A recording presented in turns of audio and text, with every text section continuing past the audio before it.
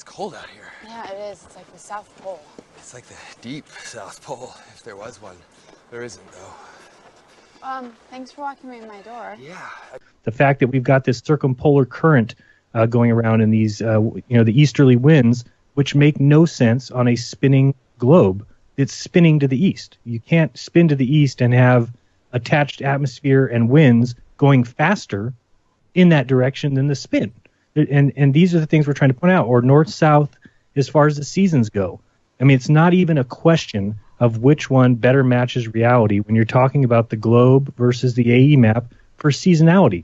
The globe makes absolutely no sense with the tilt and the whole ideas of that, and the way, Dave Weiss has done a great job over and over again of explaining how it cannot be that the sun is closer to us during the winter, which, again, if you don't know that, that's the heliocentric belief, that during the northern winter, the sun is closer to the Earth by 375 Earth diameters, over 3 million miles closer during the summer. During our winter. It's just not the case. But then when you look at the AE map and you understand the fact that the sun is further from the north in the winter, then it comes back to the equator, comes back up north for the summer, and things just make sense. And then it explains why the frozen tundra of Antarctica is a wasteland with no plants, no animals besides your 5 or 10 and your penguins. But the north is all filled with all types of animals and species and plants and flowers. And yet after you get to like 50 degrees south, they say you can't even find a brush or a bush or grass or anything like that. All right. So it makes sense on the AE map and doesn't make sense on the globe. And that's why we're saying what we're saying. We've found a better model, and we're trying to get the whole pieces put together of it. So you haven't found a better model. You're just saying this one needs to be boycotted. It doesn't make any sense. Yeah, exactly. I agreed. And 80,000. I think I got it down to 30, which was just basically taking one of those cruises. And even those, and people have seen this, there's only like 2 places really that you can go to Antarctica. It's like the little tail that we've all seen that comes out by South America, and then the other side by Australia. It's just not what people think. Like you can just show up at the shore. And I've had people tell me all the time, why don't you get a boat, rent a boat, go down there? It's like, go down there and what? Like, so then we get to the shore of Antarctica. There's no McDonald's. You have to have food packed for months. Like if you're going to go deep into where are you going to get the equipment? Where are you going to get these skidoos or these snowmobiles? What do you do with the boat? The boat just take off and leaves you in Antarctica? There's so many things. And you can't even take any fuel oil down below 70 south. You can't store any fuel on your boat. Yeah, and these are all things that people just don't, I guess, consider. I mean, the boats, the ones that are at least within the price range, I've seen a few that are like $800,000 for a week or a month. It's $1 million just to get the boat, and they don't go very fast. They go like 10 or 15 miles per hour down there. That's a huge trip when you consider, even as the globe tells us, it's 14,000 miles around, I guess. Think about how long that would take, even if you had somebody driving the entire time. So say you've got 2 skippers on the boat and they take alternating shifts of 12 hours or whatever, even at 24 hours a day and going 15 miles per hour, which I think is faster than most of those go, that's 360 miles in a day. But then you have to figure, okay, well, now we need to go a total of what we say 14,000, so 15,000 miles. So you're talking about quite a bit of time. What is that, like 40 days? I'm doing math now. 40 days just to do a circumnavigation. Well, to rent that kind of boat, that's so expensive, especially when you can't carry the fuel. How are you going to even go around? Now, if you're talking about taking a sailboat, you're cutting your speed down even more. So I just don't think people really understand. They think it's easy. Anybody can go down there. And I know I made a mistake in the past of saying that the Antarctic Treaty didn't allow people to go down there. No, it does allow people to go down there. It says you can go down there, but we will provide no support. We will not help you in any way. They're making it so it's very difficult for you to do. And, I think it was Ace that called my show the other night when I did the phone call-ins, who talked about his cousin. And I hope I have this story right, but he basically sailed down from up around Alaska area, around the bottom of South America, and was going to go back up to the east coast of the United States, and was sailing by himself in like a catamaran or something. And he got stopped by the New Zealand patrol down when he was trying to circle around the bottom of South America. And they like got on his boat, went through all his stuff, and checked all his tubs of, or whatever they're called, barrels of water that he had to take with him, like fresh water. That these guys like really were digging deep into what exactly he was doing down there. So you can make a joke about, oh, don't go to the ice wall, they'll shoot you. You can make that joke all you want. I've yet to see anybody do it to show that that's wrong. So, go get on a boat then. Go drive to Antarctica, get up on the ice, and then show everybody that you could do it. But I've never seen that yet, and I think there's a reason for it. I don't think they'll let you. In fact, look at, who is it, Jarls Andahoy, right? Who went down there on the boat, and he got straight up turned back at gunpoint, right? So even if you were able to have enough resource to go down there and do everything, had a nice big boat like he did that's capable of cutting through the ice, getting down there, the whole 9 yards. If you happen to have enough money to be able to do that and go down there on your own, then it's, we've already had evidence from more than one person, but he's one guy that comes to mind right away, the Andahoy guy, that got straight up turned back, right? They're not going to let anybody see it. No, and if you do have the means to do so, I'm certainly not stopping you from doing it. By all means, try and go down there and, stream it live somehow to where if you are actually stopped, people can see it happen, and that would be huge news. That would be the kind of breakthrough that we would need in this particular instance.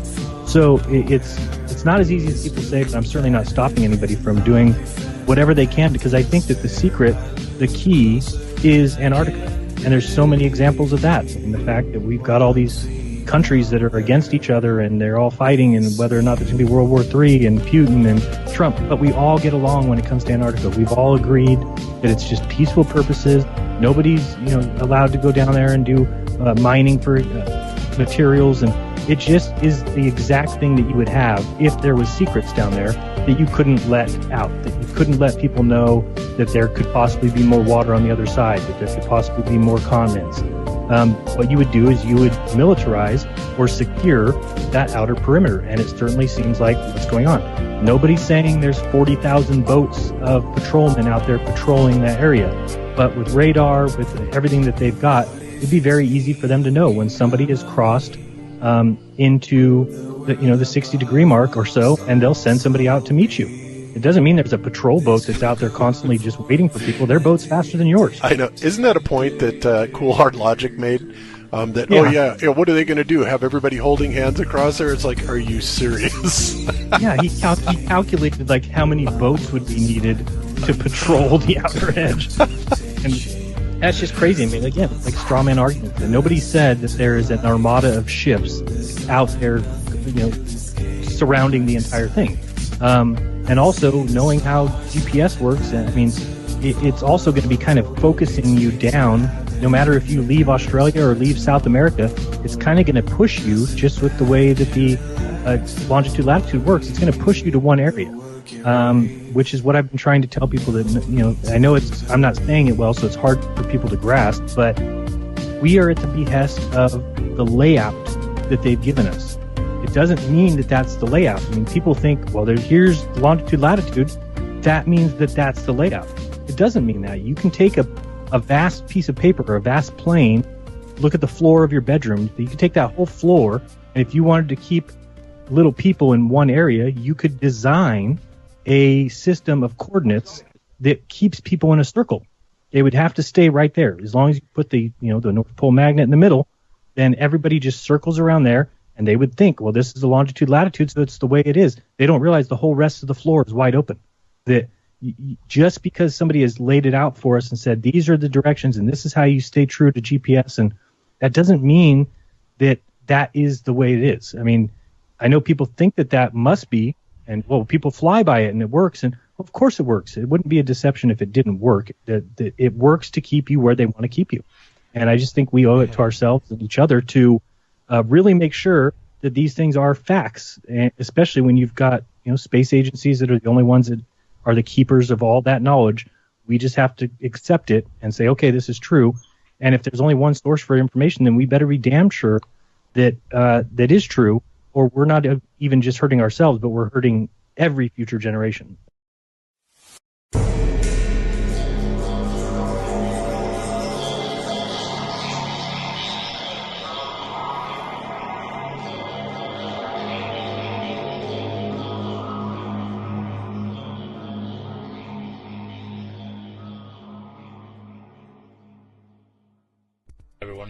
It's been a while. I wanted to make a really quick video of something that I've been wanting to cover.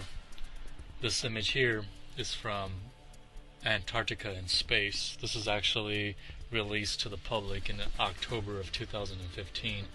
That and several other images from space of Antarctica.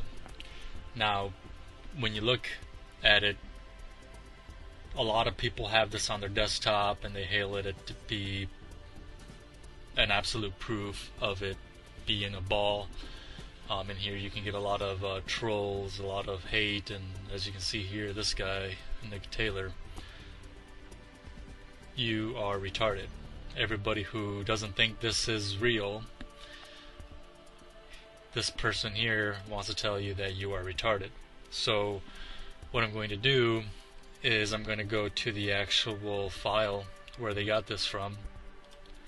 I will put this link where you can download this anywhere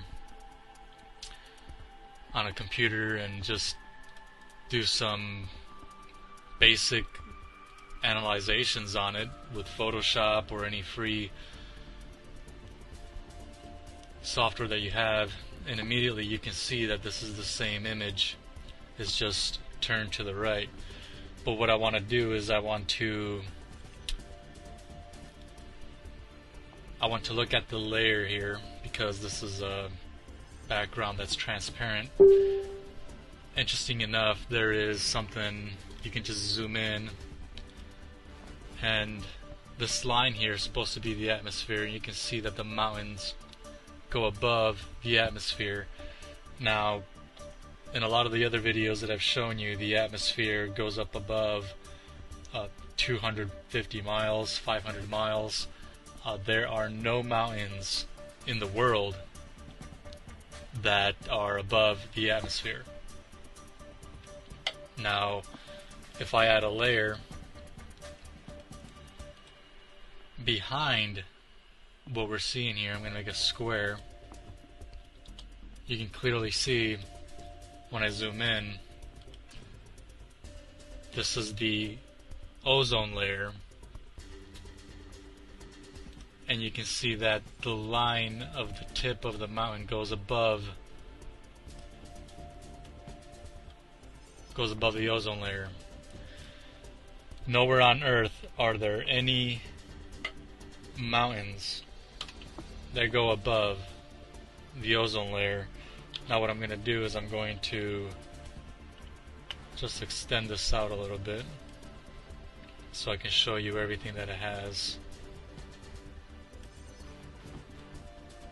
Right here you can see everything. Now, with this in the background, you can zoom in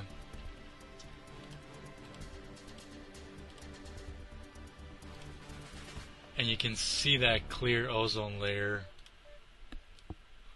more fully, and just go around with the hand tool and start looking at all these computer generated mountains. Now remember that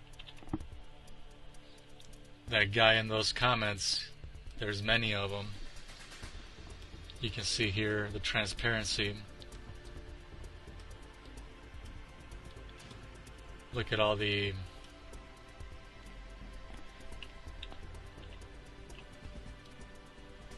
snow, and over here you have something very interesting that you can actually see the color of the water in this area. There's a different kind of blue there. I guess this camera is very precise that you can actually do that, right? Now, when we go up again, you can see the atmosphere, the ozone layer, and more fake mountains. But people are being fed this constantly through news sources and Facebook shares and science websites that this is an actual picture of the globe Earth. Now, if you didn't realize that just from the very start that the mountains coming out of the ozone layer, that's a dead giveaway that this is a fake image. And what I'm going to do here is I'm going to flip it clockwise so we can see that this is the same image that we are looking at in the picture that's depicted in the Facebook comments. Now, here it is.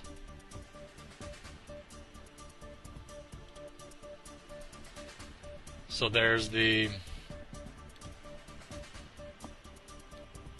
Facebook comment, picture, article, whatever you want to call it, the post.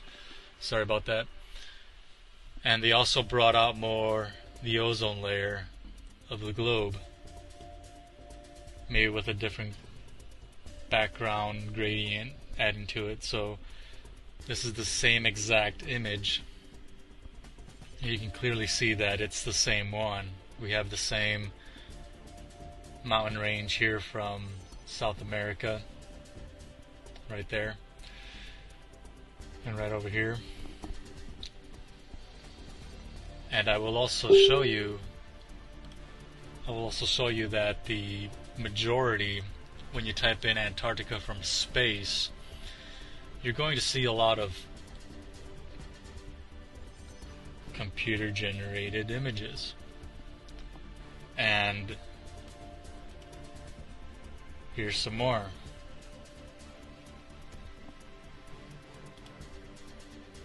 I've gone a long time trying to find an actual picture from Antarctica from space, and I'm just not able to find one. Now, when we go back to the image, another thing that we can do, let's turn it back.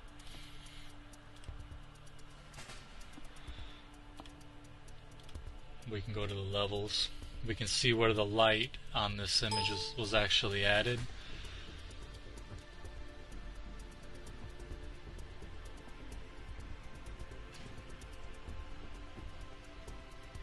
So from right here we see the strongest source of light comes from the bottom of Antarctica. That would be another way of showing that where's the sun hitting on the bottom of of Antarctica with a sunspot. There's no such thing of that even happening on the heliocentric model. So people who are constantly bashing everybody for this image, showing this image as proof and everything, just really don't know what's going on.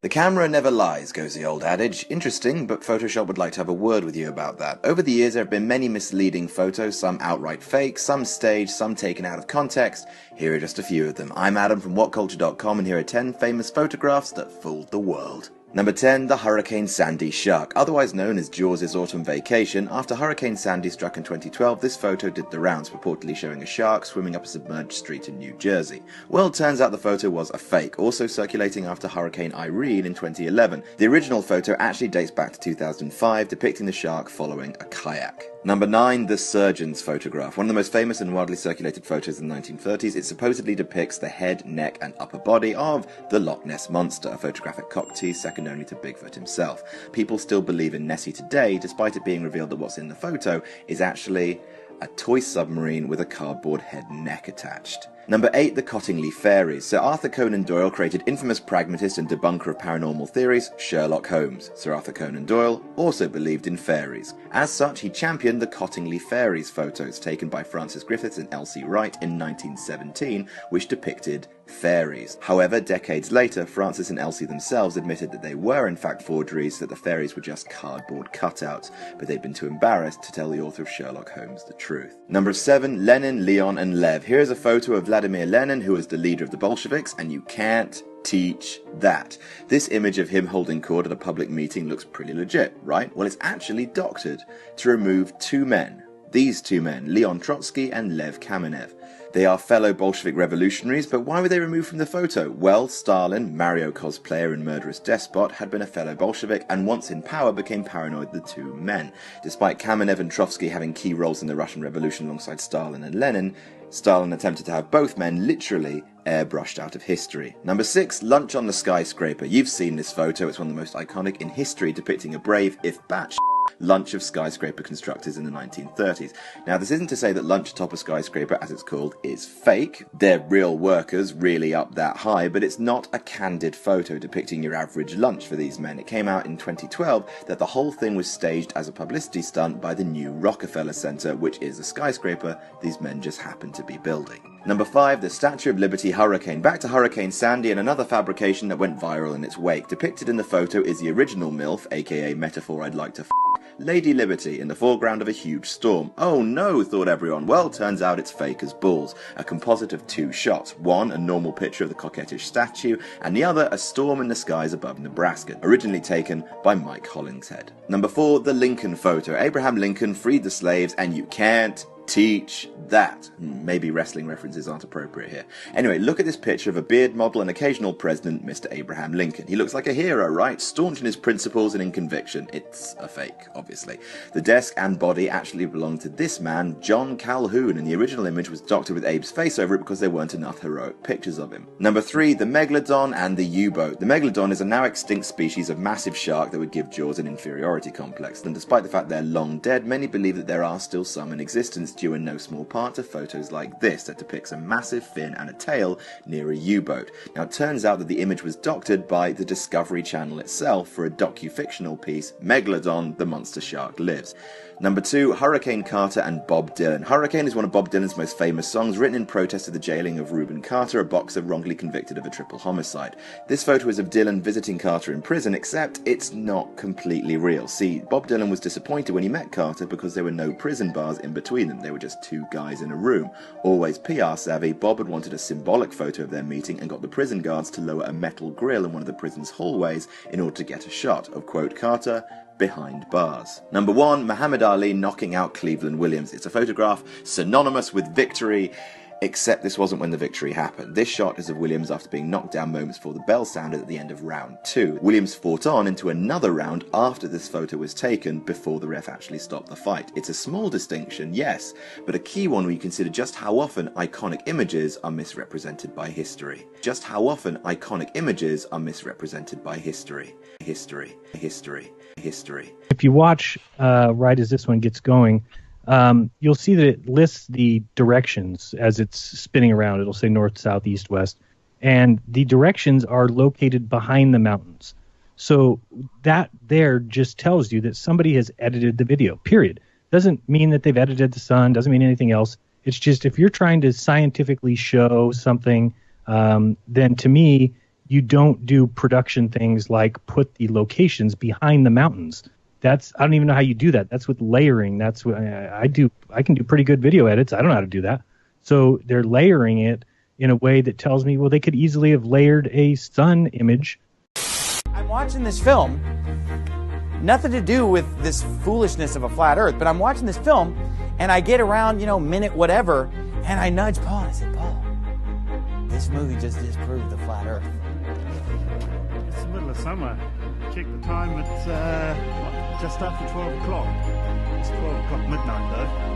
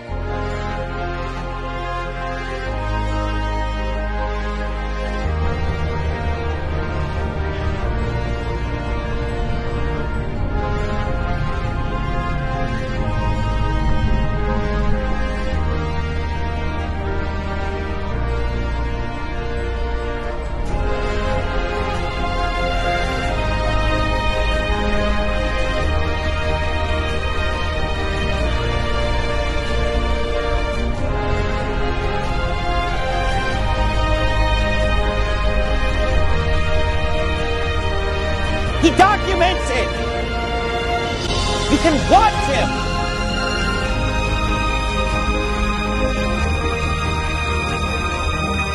About your directions behind the mountains. I don't think it's a good scientific representation. And for those who don't know, I asked this guy who made this video if I could take it to a video forensics guy. I said, I'll pay for it all. I just want your permission. And he didn't give me permission to do that.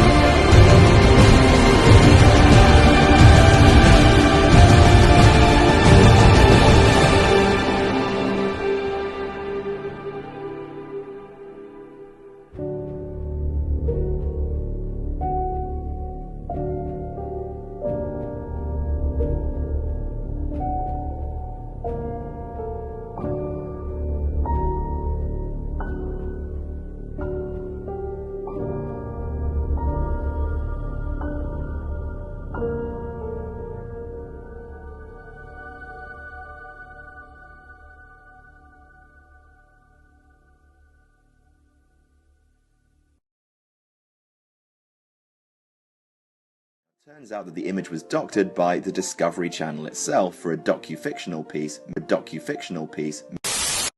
Clearly, this shows us, if anything, that trickery is afoot. And this is not just one of the months. This is not just 2 of the months. It's not just 5 of the months. This is every month that they have a webcam video for. They have edited and cut out part of the day. And these are during the main months, which are January, December, and November, the southern summer. In this video, let's watch this green flag down below. You'll see it starting around maybe 7 o'clock, 8 o'clock, rotates around to about 2 o'clock, and then resets. Rotate around, reset. This is obviously a lie. This is obviously not what's going on. Why don't we get to see the sun do a 360-degree turn around the southern continent? Now remember, this would be pretty good evidence and proof of the globe, because it doesn't work on a flat Earth to see the sun go around the southern continent. However, on a globe, it is something that should be really evident and should be seen in every single summer video from the South Pole. But again, watch the flag. It'll start around 8 o'clock, rotate around until it gets to 2, and then reset and start over. This should be a huge eye-opener. Should be something that screams to you, fraud, fake, set up, contrived. A docu-fictional piece. So I emailed the head of the Australian Antarctic Division there, and she wrote back and basically said that the webcams at their Antarctic stations are subject to very limited internet connections, and frequent interruptions and dropouts are commonplace as the outages due to weather are extreme. Very slow bandwidth means we are unable to have constant streaming video. The time lapses you see on our site are stitched together from photos generated every 15 minutes, and basically saying that there'd be no way that they could have data from a whole entire day. Just taking a look at Mawson Station's current time lapse, for example, the images are being recorded overnight, and nothing appears to be missing. If you do notice anything absent on any of our webcams, please let us know the specifics so we can investigate any potential faults, or even maybe restore images where possible. So I'm like, what the hell are you talking about? Why don't you have complete day's videos? You're cutting them yourself. So I wrote back, and she responded with, "Hi Jaron, I've spoken to our web manager, who was not available earlier. He let me know that some frames are actually missing by design. Because the webcams were set up so long ago, he had forgotten about a script he had written to omit frames that are mostly all black to save on space, bandwidth, and overall quality of the video. Chunks of time with just black screens are a bit of a waste," he said, "that if there is any reasonable light source in the image, then the image would not be omitted, and that the missing frames are based only on the amount of light in the image. That if there is any reasonable light source in the image, then the image would not be omitted, and that the missing frames are based only on the amount of light in the image. Thanks for your email. We will now add this to the FAQ for future webcam visitors." And if you can't tell, this is complete and total horseshit, because what we were just looking at was the summer months when there is no night. It's supposed to be 24 hours of sun going around. Why are those images omitted? So I said, "Jen, I still think you aren't quite understanding what I'm saying. If you have time-lapse webcam footage from the Amundsen Scott base, then why is there no 24-hour sun video? You guys have cut and edited every single video. Why? It makes no sense with your answers below about black screens. Please explain. For example, watch all videos for November, December, January 2011, 2012, 2013. And the most recent email, which came earlier this week, said, "Hi Jaron, the Amundsen Scott Station is an American facility, and for all inquiries regarding their webcam footage, you need to contact them. The information and explanation that Jen provided below still applies to ours. Kind regards, Denise." So I have emailed all the people at the NOAA and the NSF, and we were waiting to see if they've got anything new to say besides just the same nonsense responses. So again, I've sped up this camera footage just a little bit to get you some more views of these time-lapse footages, but it's all much of the same. You'll see shadows going halfway around and then resetting. You can watch the time in every single video to see that never is a whole day played. Sometimes it actually appears that the shadow comes very close to doing some sort of a 360-degree turn, but regardless, you can look at the time and see that at minimum, 8 to 10 hours is cut out of every video. So how could the shadow even be coming close to doing a 360 if you're cutting out a third or more of the day? Again, this is good evidence here. If you watch the purple flag start out very long, then it gets short as it goes in front of you, and then becomes long as it resets and starts over. So as I said, even if you watch that little igloo on the left, it may look really close to a 360-degree turn, but by looking at the time, 10 hours are cut out of that day. That just tells me that these have been edited. So, these are not accurate portrayals of reality. Again, the biggest and most obvious point here is that if it was a globe that we live on, then what they are trying to show us would be 1, easy, 2, occur daily, and 3, plainly evident. And it is none of those. It looks like they're trying to cut it up. It looks like they're trying to portray something that isn't actually happening. And it looks like they're trying to fool us. Let's pay attention to something here. Watch this shadow as it rotates towards the upper left of the screen, and notice that the shadow in this video coincides with the sun, not the opposite as would be required by, physics and optics. The shadow should be opposite of the sun, not rotating in tandem with it. Again, more evidence of extreme trickery, extreme editing. They're simply trying to sell us something that isn't reality. A docu-fictional piece. Now, some people have said that it's been debunked, and so I want to bring up some proofs that it has not been. Let's see here. So you should be looking at my browser now. So I found this really cool site. Let me show you where it is here. Okay. So, and it shouldn't shock you. I mean, it's obvious why. But this site is weather.cs.uit.no. It's from the Arctic University of Norway. This is pretty incredible. They have, you can go to any year, previous year, go back even further. And these are all daily time lapses for every single day of that year. And, this is something they don't have in the South. I'm sure people have seen before. Do I have that up? Is it this one? Yeah. So this is the South Pole webcam page. Much different. The fact that, number one, it starts with the live cameras currently down. You can also see time-lapse movies from the camera. So we'll just jump over there real quick. Here's a time-lapse. Takes a little while for it to... Oh, that was quick. So if you go to, for instance, this is set January through March 2016, and we press play on this.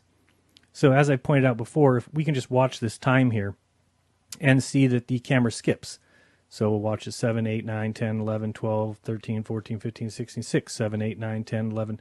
So when we're looking for evidence that the sun circles in Antarctica, you would expect to find 24-hour time lapses. It makes no sense why you would have, half a day time lapse. And if anybody remembers, I actually emailed these guys and tried to talk to them about it, and they just made no sense. They said there's not enough bandwidth to do a full day's time. So, but they have enough to do half day. So I was telling him, well, wouldn't it make more sense if you had 1 month of a complete time lapse than 3 months of half day? But again, they said, it's not in our mission statement to provide those things. So, but there's a definite problem here when you look at the sun going 13, 14, 15, 16, 5, 6, 7, 8. So we never get to see any of these, and it's the same for all these. So you can go to September to December 2012, bring that up. Again, it takes a little while usually. And we'll show you here that it's the same thing. It cuts out dates and times, or not dates, it cuts out times, and only shows you about half the day. And if we're trying to get proof of a circling sun, that's not going to help us, as we both agree that the sun goes by half the day. So that doesn't help much at all. Is this going to come up or what? Okay. But this is much different. Like I said, these are, 3-month-long time lapses that are skipping days, and you're not going to find much better. Here we go. Let's play with this one. So this is September to December 2012, and you might not be able to see it up here, but again, it's 6, 7, 8, 9, 10, 1, 2, 3, 4, 5, 8, 9, 10, 11, 22, 23, 1, 2, 3. So again, it's completely skipping, over the hours. There's not one complete day in any of these time lapses, which is just a joke. It's like a slap in the face. So that makes no sense to me. Why would we have not one day complete? But on that site that I was just telling you about, again, just to give that web address, it's weather.cs.uit.no. And so you can go to any of these. So let's go to, let's go to 2017. maybe we go to June 21st. So you go June 21st, and you can then download you just press the L, and it tells you down here exactly what you are getting. The daily videos, small, medium, large, monthly videos, small, medium, large. So for the monthly, you just go down here, and you can pull up. So we'll also pull up like a December monthly. So I'm going to press large on that one, let that download. So once you have these, I'm going to download another one just to have a few. Let's do, we'll go to a previous year, 2015, and maybe a full month from June. And large. Okay, so those are all downloading, and we'll show you those. So very cool site that they have all these time lapses in complete form. There's no time skipping.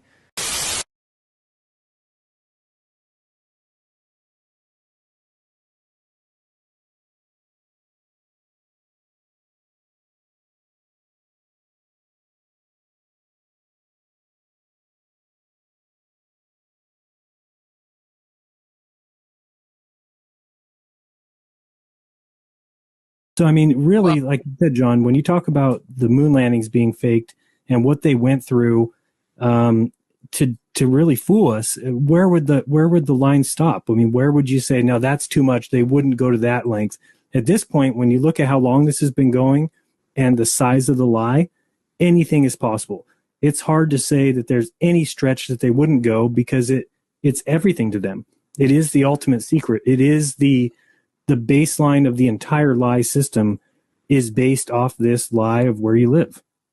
I could even see not 24-hour sunlight, but 24-hour sort of daytime in the south, based on the electromagnetic field of the Earth and some sort of a Faraday effect, where in the southern summer you could have this sort of phenomenon where the light from the sun is spreading out and around the entire south because of the electromagnetic or the magnetic field that is conducive to it. But it can travel further, the light, based on where this sun is. If it's here, you're not going to get light traveling over here, right? And if it's here, you're going to get, this much light covered. So you have to kind of look at it that way as far as, and then when you get to the outside, as we get over here, then it's possible that it's lighting up the entire thing. And again, that's the coffee cup caustic. So you'll see here the coffee cup caustic is this, what we see here. And as you get closer to the outside of your lens, you get a lit up area. Now, this is basic. It doesn't mean, again, you can make fun of it all you want. These are the ways of finding what could possibly be true. And so when we have 24-hour sun in the south, could it just be that we're getting 24-hour light, yet the sun itself is still traveling around, causing the outside to light up? So that's why that's cool. And again, you can do extended rays, which kind of give you a clearer idea of what's going on. Then you get this kind of reflected look all the way around. So there's lots to do on this site. Again, it's Rick, RICKTU 288 github.io. And then again, you can also do a point source. Oops, and let me delete this one out. So anyway, there's just lots that you can do in here. And when talking about the coffee cup caustic, which is when you get too close to this outside and everything lights up, and that's a known effect. And I think people have seen me show it before, but if you go to sun arcs, just to look at what they look like. Okay, so when we just saw that thing that said all images, this is what they were showing, is these kind of effects. And when you see this, or we see this, and you go to a coffee cup caustic, let's see, we'll go this one. So if I do coffee cup caustic, we'll see that that's exactly the same thing. So go here, go images. All right, so you see this effect that it's happening coming out of this glass. It's happening in this coffee cup. No, it doesn't mean we live in a coffee cup. Anybody who surmises that has lost their mind. But you can see these effects that happen because of it, and it just so happens that we're seeing the same effects in reality. So that should tell us that we need to start looking around the ideas of the lens, of water, of reflection, of refraction. That's what's happening, is you've got the light source on the other side lighting up the entire other portions. The lights on the right here coming through, lighting up this, and when we look at sun arcs, it's the same thing. This is almost to a T, it's identical. Now, they want to tell you some nonsense about this, that it's ice crystals in the sky and that they're at the perfect angle.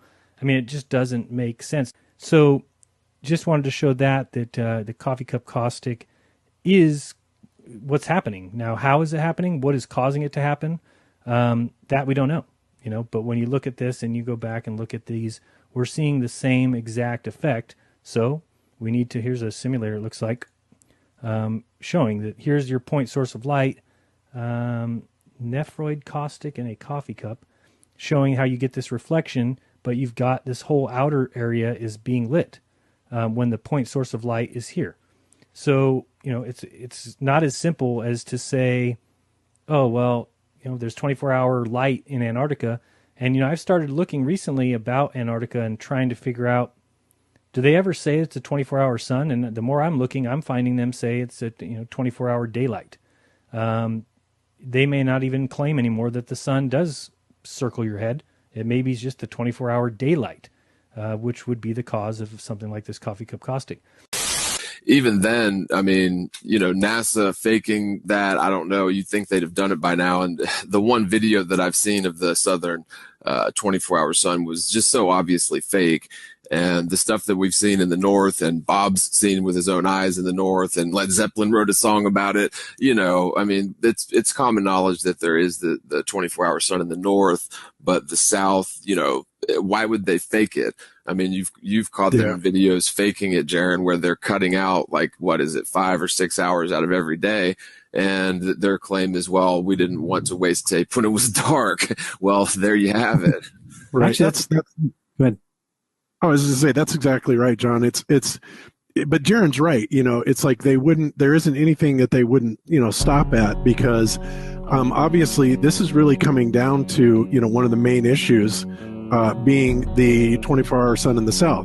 Jaron has busted them time and time and time again, cutting out anywhere from 5 to 8 hours of footage, and then trying to claim that there is a 24-hour sun. He's written them, gotten responses from them. Basically their response is, well, that's not really our department, or, there's too much, it would take too much bandwidth, all these ridiculous excuses, so obviously if they aren't going to do it via a straight up CGI, which is entirely possible, then who's to say that they couldn't launch something up in the sky, with their little fake sun patent, and make it at least appear that there's a local sun, and navigate it around in a circle. I don't think that's beyond the realm of possibility at all. And I think that, when it comes down to brass tacks, they may be prompted into doing something that desperate. Well, look they can control balloons, right? And they can lift 8,000 pounds. So I'm pretty sure you could put a pretty bright-ass light on a balloon, and if you can control its path, you just have it circle. I don't put it past them.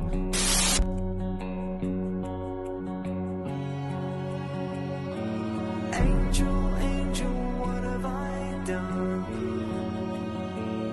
I face the quakes, the wind, the fire.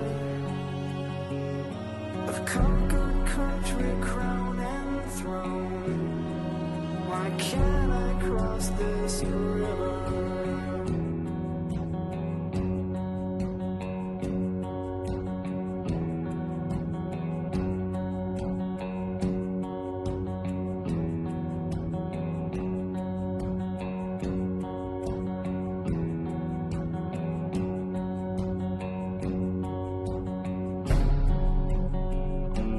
Angel, angel, what have I done? I face the quakes, the wind, the fire. I've conquered country, crown and throne. Why can't I cross this river? Pay no mind to the battles you show you a patent that I found that's going to explain what you're watching on this FAA.gov camera. This is the http://abc.ams.faa.gov. This is a government camera. Watch this. Keep watching, and I'm going to show you the patent for it afterwards. And I'll show you the patent, and also, I put it up on my backup channel last night, a shorter version. I instantly got a copyright strike, and they instantly banned it worldwide. See that right there? You see that? See that? See the sun up here? See this one falling away? We've never seen that before. We watch these cameras all the time. You seen that?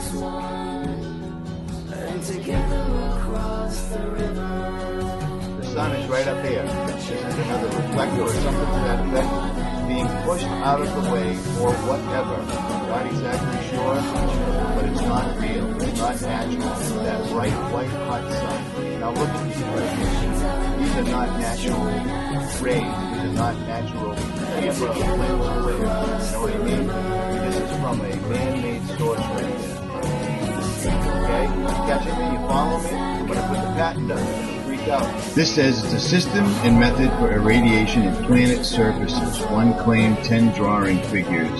It says reflector, satellite, 22,400 miles, intensity of illumination on Earth. Spot in lumens /foot times 10. Patented 24-hour orbit, ISO, 6-hour orbit, diameter of illuminated Earth spot in miles, 5, 10, 50. Alright, I'm going to let you read all this, but read it all and save this video in case they pull it. I'm not being over dramatic or anything to that effect. Notice that this map that they're showing is Baltimore, Harrisburg, Scranton, Philadelphia, so on and so forth. They show the distance and how much, this is all the scientific stuff.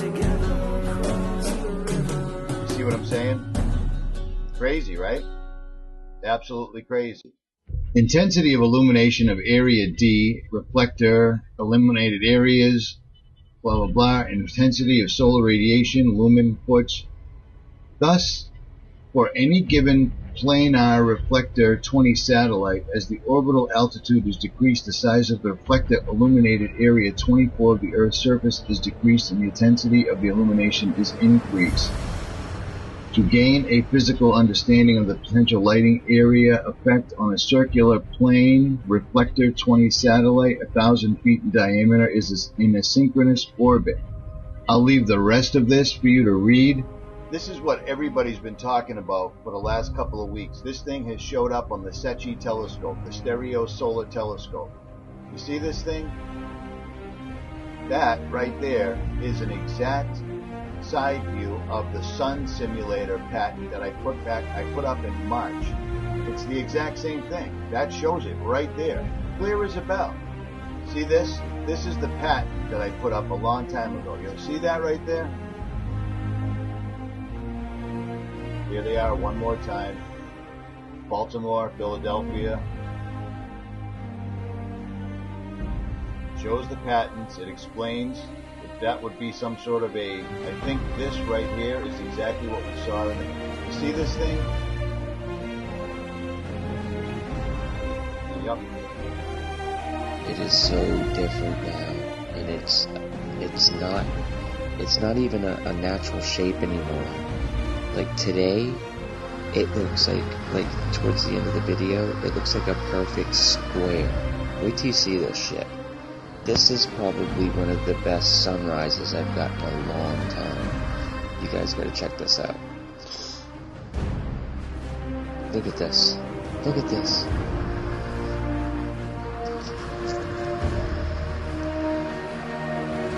That's like the most amazing sunrise you've ever seen. Look at the blue. Look at the size of the lens array.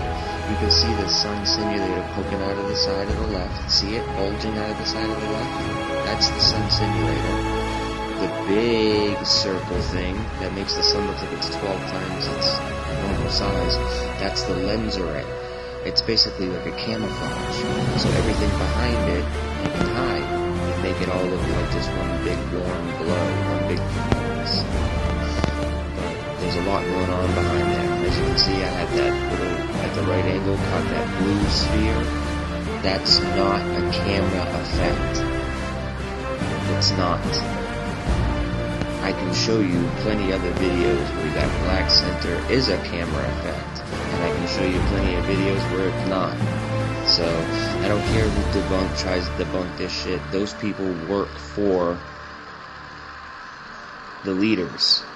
Peep trolls that get on these videos and have nothing to do but try to debunk what we're talking about is because they work for, you know, alphabet agencies trying to make you look bad, trying to discredit you so no one listens and no one gets on your bandwagon.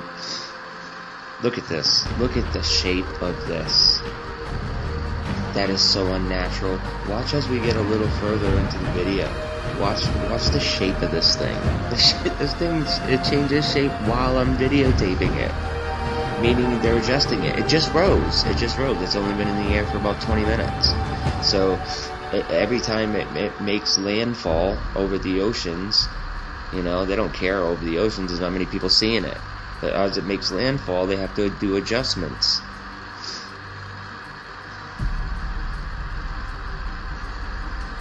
Look at this shit. This is just crazy. Look at it. It's slowly changing from like an octagon shape to a square. And it will. Watch. Well, a square on its edge, so it'll look like a diamond. But it's gonna be 4 sides. Watch. But watch this thing, man. This is, I mean, look how natural. See, everything underneath the horizon looks like real land. Even the sky above it looks like normal sky. But it's just that one section of the horizon where the sun simulator is, and it just all looks fake. That looks like CGI, man. And this is live video. I shot this morning. Isn't this crazy looking? Look at this. Look at this. If that is not a simulated light source, I don't know what is. Look at the center of it now. It's still blue, but it looks like, because of the angle I'm at a really high altitude. You're seeing like a spinning. I'm at a loss for words. This is crazy to look at. I mean, and look, you can see off to the left how like the simulator isn't lined up completely with the lens array. You see it bulging off to the left? Almost like the, you see it? See it?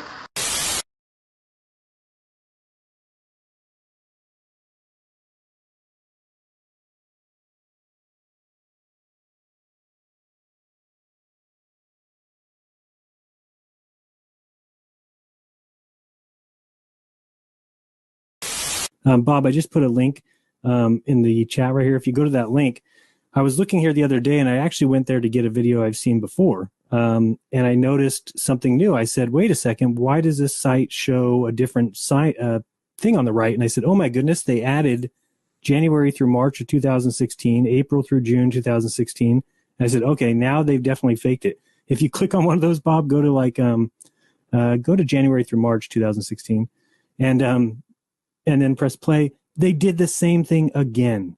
And I mean, that's ridiculous. If even at this point, they still are not going to show shadows doing a 360. You'll see that the shadow goes around halfway and then clicks over in there.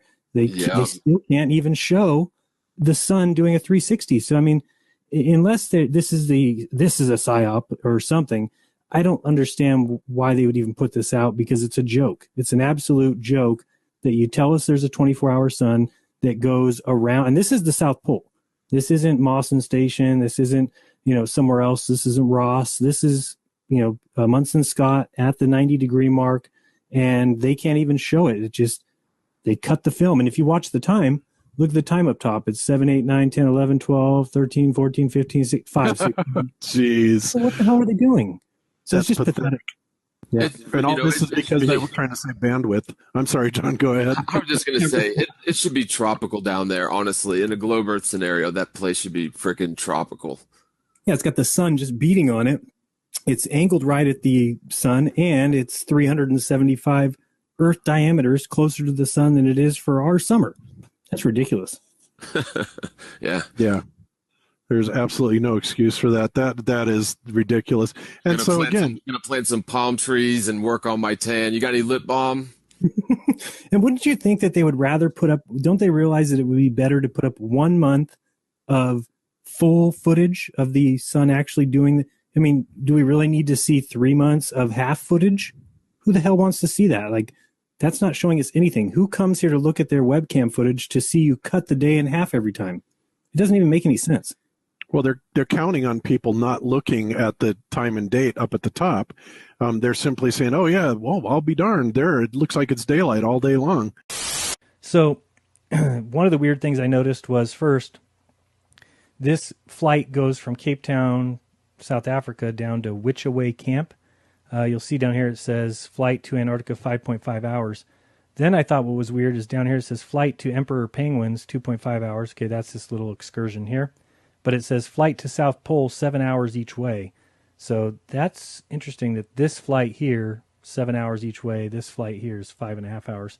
Just interesting. But as we get down here, so I just thought this was interesting here. It's talking about during the 5.5 hour flight, the African night turns to day as we soar over thousands of icebergs and pass into 24 hours of continuous sunshine.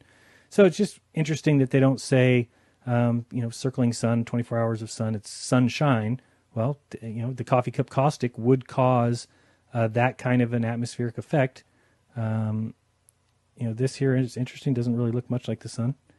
But this is your digs for 80,000 a person. It's pretty gnarly. I guess you get to go see these penguins. So now you can check out this site if you want. It is white-desert.com. They look legit. I can't tell. I've not ordered any. I don't know who's paying that kind of money to go on these trips. But there was something else I was going to show in this, or I don't remember. This is the itinerary. Thought there was something else I wanted to show. Nope, not that. Nope, nothing I can remember here. Please bear in mind, altitude sickness. Nope. Yeah, so this anyway, $80,000 a person. What a total joke. And this just does mention that flight extra time that I was talking about, because it talks about, even though it says we stop for 1 hour to refuel and then continue another 2 hours, well, they say here the first part of the journey is a 5-hour flight to refueling stop. So it does fly 5 hours, stop, and then fly 2 more for a total of 7, when the flight, which is much longer, maybe we can check that out real quick. I didn't do that, so let me see. If we go to Google Earth, let's just check that out real quick on the fly. So if we are going from Cape Town, and we're going to be, where's Cape Town? Right there. So they're going to fly to, I didn't really see where they were going, like here-ish. Let me go check that real quick. That map was up here. Okay, so about there. So, and then, so I got 2,500 miles, and then they've got, let's clear that, 2,500 miles, but then from here to the South Pole, 1,300 miles. So you're talking about 1,200 miles further, but you're getting this distance done in 5.5 hours, but you're getting this distance done in 7. I don't know, just seems very interesting, something to look at. And then it showed a 2.5 hour flight, basically going from here to here, which we've got about 668 miles. So just interesting. And it also works on a flat Earth. What is interesting on the flat model, however, is that the same is true, but the southern hemisphere is much larger. Not the same as its northern counterpart. So, if the Earth was flat, there would be signs to show us that the flat model better represented reality. Like in the southern summer. In a heliocentric world, the sun is 3 million miles closer during the southern summer than it is during the northern summer. So, most, if not all, of the Earth's highest temperatures would be in the south. However, that's not the case. In fact, 14 of 15 of the highest temperatures are in the north. Well, if you look carefully, that actually works on a flat model much better. The flat model would also call for a much colder and harsh environment in the south. The globe calls for 70 degrees south and 70 degrees north to be really identical, yet they are completely and vastly different. And the flat model would also show a larger than currently understood southern sea. You can see here that the southern hemisphere is much larger. Now, does this match our observations, or does the globe? Go to any flight tracker and watch southern flights, and as soon as they are 200 miles offshore, poof, they're gone. You won't see them again until they're within 200 miles from another landmass. So with a larger than expected southern hemisphere, we should expect to see some evidence that the distance traveled below the equator is a lot larger than the globe predicts. So let's have a look. So taking a look at this image and the green line, you should be able to see that the circumnavigation east-west should be less than 25,000 miles. Granted, there could be some added miles here or there, so let's say 30, 35,000 at the most. So let's begin with Magellan. And of course he died and his logs are lost, and of course even the backup logs are no longer in existence. The closest we have is Antonio Pigafetta's account and a logbook by Francisco Albo. Now, in his very own log, Pigafetta points out that the circumference of Earth is 6,300 leagues. Then he says that a league is 4 miles. So 6,300 times 4 is 25,200. That's within a few hundred of the current measurement of 24,901. Now, I'm sure you've heard people say that Eratosthenes discovered the circumference of the Earth back in 250 BC. He was a very smart man, they say. Take yourself back 2,000 years, 2,500 years, and look at these pictures and tell me how smart of a man he would have had to be to come to the conclusion that the sun rays are parallel. I don't think there's any possible way that anybody would come to that conclusion in 250 BC. Now, it is difficult to know what has been rewritten and what hasn't in some of these logs, but let's read this entry from the Pigafetta journal. It says, "The earth is round," he says, "and remains suspended and immovable in the midst of all celestial bodies. The first index fixed the 2 poles, the Arctic and the Antarctic, which are supposed to correspond with the poles of the earth. It is supposed that all the circumference of the earth is divided into 360 degrees, and each degree is 17 leagues and a half. Consequently, the entire circumference of the earth is 6,300 leagues." So somehow in 1525 they knew where Antarctica and the Arctic were, the North and the South Pole. 1525? This is crazy! Yeah, I'd say that. Let's move on. So we've got here, how many miles did Ferdinand Magellan travel? And it says he traveled 14,460 leagues, which they equate here to 43,400 miles. So we look a little bit further and see another article here that also says the same thing, that they had run more than 14,460 leagues. The next document here as well says the same number yet again, 14,460 Spanish leagues. It lists that as 37,560 miles. So far we've been told 37,560, we've been told 43,400, but if we just look at Pigafetta's own writing, where he says that land leagues are of 3 miles and sea leagues are of 4 miles. So that gives us 1460 times 4 is 57,840 miles. Yet we've seen other articles try and tell us 37, 47. It's actually 57,000 miles. Now when you look at the logbooks of Captain Cook, his logbook for his second journey was also 60,000 plus miles. You could look at the British Challenger expedition in the 1800s. That was also over 60,000 miles. So we should start being able to recognize a pattern here that obviously when we circumnavigate south of the equator, we are logging way too many miles. Remember that they're at the bottom of the globe. So if the equator is 25,000 miles, how are Captain Cook, Magellan, and others doing 50 to 65,000 miles, which is more than double? And of course, the key here is the circumnavigation. But not east-west. Let's look at north-south. So on a globe, we know how easy it would be to simply do a north-south circumnavigation going over both poles. It should be as easy as going east-west. So we either will have a ton of north-south circumnavigations, or we will have a few weird stories and trips and maybe some failed attempts, because on a flat earth map, north-south circumnavigation is impossible. So again, if we live on a globe, we should be seeing a lot of north-south navigations, circumnavigations, and if we live on a flat earth, we would see a lot of things like this picture shows. Imagine you start at that white dot there somewhere on the east coast of the United States and travel down to the tip of South America. You would then travel from there out to wherever the 90-degree marker was, and you'd have to turn around and come back. You see that line coming right back to the Mexico area, and then up to the North Pole, and then ending back where you started. All right, so should we expect to see no claims for north-south navigation? Well, remember, it is a deception. So we're going to have to dig a bit deeper. They don't just hand you the truth. They are happy to teach you lies in public schools and show you propaganda and TV and newspapers. But for truth, we're going to have to actually step out of our comfort zone. So let's look at some recent claims. First, we have the Guinness record holder and the Guinness Greatest Living Explorer, Sir Ranulph Fiennes. He goes by the name of Ran. One of the things he did was a 3-year trip to circumnavigate the Earth north-south. And are we dealing with some just regular guy?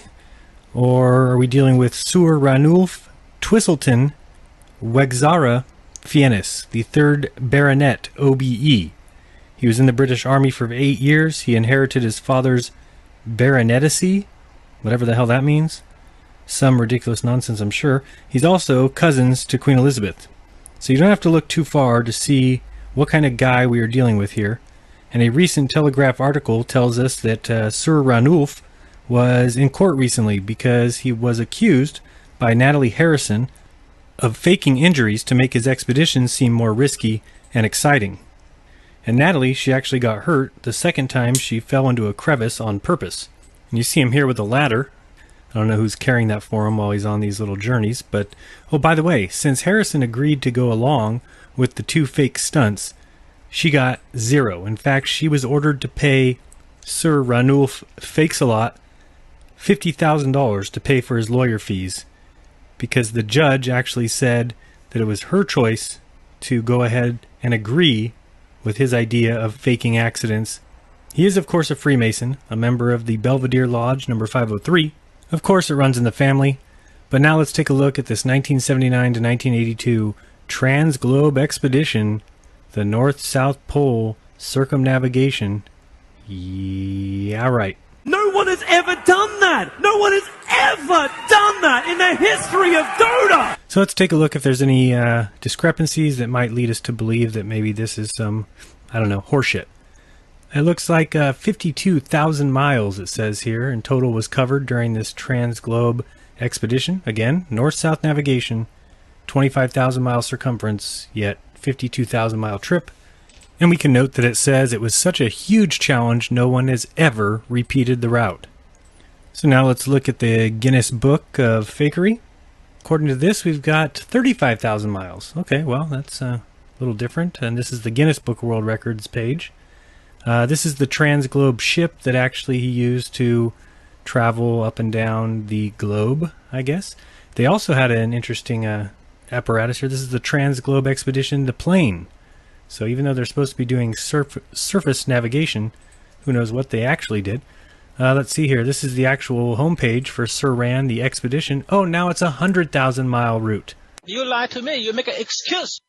So they've now jumped from 35 to 52 to 100,000 miles, all talking about the exact same trip. I mean, the question is, how can you be off by 70,000 miles? That's like 3 times around the globe. Can we not figure out how many miles we went on a trip? It's not that hard. Oh boy. Here we have another page that also claims that it was 100,000 miles, which is just ridiculous. Why would it ever take somebody 4 times the distance of the circumference of the Earth to go the circumference of the Earth? I mean, did he forget his car keys and have to go back home? He was at the North Pole, he had to go all the way to the South Pole, then come all the way back and then do that twice? Doesn't make any sense. I can't take it. So now we're looking at a little PDF flyer they had from around that time that says Around the World the Long Hard Way, which if it's 25,000 miles and you're going 100,000 miles, then you definitely went the long hard way. And just reading in here, you'll see that there's all kinds of things going on. People are dropping off snowmobiles, picking up food, taking planes over here, boats over here. There's people all over the place. Whole thing is a disaster. Oh, did I mention it's also a lie? One interesting thing I did find in this article that it says that there are only 5 pages in Rand's book about the time that he was at the South Pole, and there are no photos. So whenever you're doing a cross Antarctica expedition where you have to go through the South Pole, it's definitely good to take no pictures at the South Pole. That's the way to verify exactly what you say you did. Speaking of Antarctica, there was another interesting thing I found that when you apply to go down there for whatever reason, take pictures, to go work as a scientist or whatever, you have to sign a non-disclosure agreement. If you guys know what that's like, it's like somebody's giving you secrets about a certain product or a new TV show, and you're not allowed to say anything. So what's going on down in Antarctica that you might see while you're down there that you're not allowed to say anything, besides Sir Richard Fakes-a-Lot faking another expedition? Now let's talk about some other people who have also gone north-south circumnavigation and see if they match the flat model or the globe model. This is the owner of the current record for a single plane being flown north-south pole circumnavigation. You can look up ZQ Pilot. Let's take a look at his path. You'll see here the white path was the intended path. The red path is his actual path. So he went down to the tip of South America, bounced out to the 90-degree marker, and then turned around and went right back where he came from, then jumped from South America all the way to Australia, Australia to Hawaii, to California, to Alaska, to the North Pole, back home to North Carolina, and he has the record for circumnavigation. Did he circumnavigate? I don't think so, Tim. All right, now we're looking at a helicopter named Polar First as they attempted their record-setting helicopter flight pole-to-pole circumnavigation on December 5th, 2006, but they got down to the South Pole and crashed their helicopter. So in 2007, they attempted it again, and this time they did it according to the rules and regulations, not according to me, because what they did is went down to the South Pole, touched the 90-degree marker, and it says here they retraced their steps north with a stop at their 2003 crash site. They then crossed to the Drake and then to Ushuaia. Then they continued through South America. Then they went up the west coast of the U.S. with stops in Alaska and Canada, reaching the North Pole on 20th of April via Eureka. And from there they headed south, retracing the northern part of the route, and then hitting the east coast, Montreal, then New York. So if you can't see what's going on here, we have basically no circumnavigations north-south. The ones that we do have are like liners, or I don't know if you remember in gym having to do suicides or whatever they were called. That's basically what they're doing. They're running to the pole, touching it, and coming right back. That is not circumnavigation. It makes no sense on a globe. Do we only fly planes to London and then they have to come right back? They're not allowed to go past that? Of course not, right? Hopefully you're starting to see the writing on the ball, which says, "I'm fake. I'm a joke." Speaking of jokes, now we get to watch a little portion of the film that was taken of Sir Ranulf and his partner, Charlie Burton, as they become the first ever to do the north-south circumnavigation via the surface. Let's watch what I'm sure will be a captivating film. The two-man team was unsafe. So we said goodbye to our friends on board, and we wouldn't see them again for over a year. The trip ahead we knew would be very difficult indeed. We set out in two 12-foot open rubber boats, but quite quickly, going up the Yukon for 1,000 miles, we realized that they would not be up to the icy hazards and the storms of the Northwest Passage, which lay ahead. Now, I'm not claiming to be smart here or anything, but who's filming this? Who is filming this scene? What do you think it is, Jack? I think it's just flux. I can't really tell. Breakdowns had become commonplace. So we had to have some other form of craft. So we got on by Morse code to Ginny to try and get us a Boston whaler, which would be fiberglass and tough enough for the ice and the storms ahead. So just like that, you just basically snap your fingers and you get a replacement boat. That's really cool. So now they're driving the replacement boat that came out of thin air. We had storms, we had whiteouts. Oh, here they are struggling through the ice pack. It's going to be tough to get through there. How is the person filming it? Who is this dog? Why is the dog there? Where was the dog a second ago? And how did the person get through? Who's taping this? Who is this person? Did they already get... Who is taping them from the shore already? I thought they're just getting there. This is a movie. This is not real. We then had to trek over the unmapped mountains of Ellesmere Island. And that is when I really realized the true courage of Charlie. I mean, come on, for real. Why is this cameraman doing just fine? This is so fake. These guys are acting like they're dying, but the cameraman, he's just fine. It's easy to carry camera through the mountains. I cracked my head open. I realized that there was a possibility of doing ourselves a considerable bit of damage. I've been drilling this part for about 6 years now. Ever since I knew we had to walk up Earthmere land. My feet, in fact my legs, are not the strongest. For the simple reason that I've damaged them too often over 38 years. I was scared. I mean, look how far ahead the cameraman is. These guys are taking too long. This guy's getting a running head start or something. Now, pay attention here when he looks at the tent. You got the cameraman, you've got one of the explorers, you got the other one near the tent. Then watch the left side of the tent on the bottom. Did you see that? That guy's already got company. They have come 150 miles so far. Between them and the pole, 350 more. But with detours, perhaps 500. Does anybody know where they got these snowmobiles from? Is that what they were carrying on their backs? Do they have snowmobile rental shops up near the North Pole? I'm confused. And these guys are just mowing through. Cameraman's already in front of them. So who brought him in front of them and then went back? Here comes this guy. Woo! Okay. Now it's over. Can't get any faker than that. I mean, look at this nonsense again. Oh yeah, that was on accident. Go ahead and jump in the river there. This just in, one of the actors pretending to do a polar expedition have faken fallen into a river, causing hours of backup on their North Pole trip. Puts Transglobe in the headlines. A docu-fictional piece. They're now 340 miles from the North Pole. By the time we eventually got near to the North Pole, we were definitely getting a bit weird. They're fatigued and peculiarly lightheaded. Now, maybe it's just me, but I would ask the cameraman, excuse me, sir, how are your feet not being frozen like mine? How are you able to get through this just fine, but I'm acting like I'm dying over here?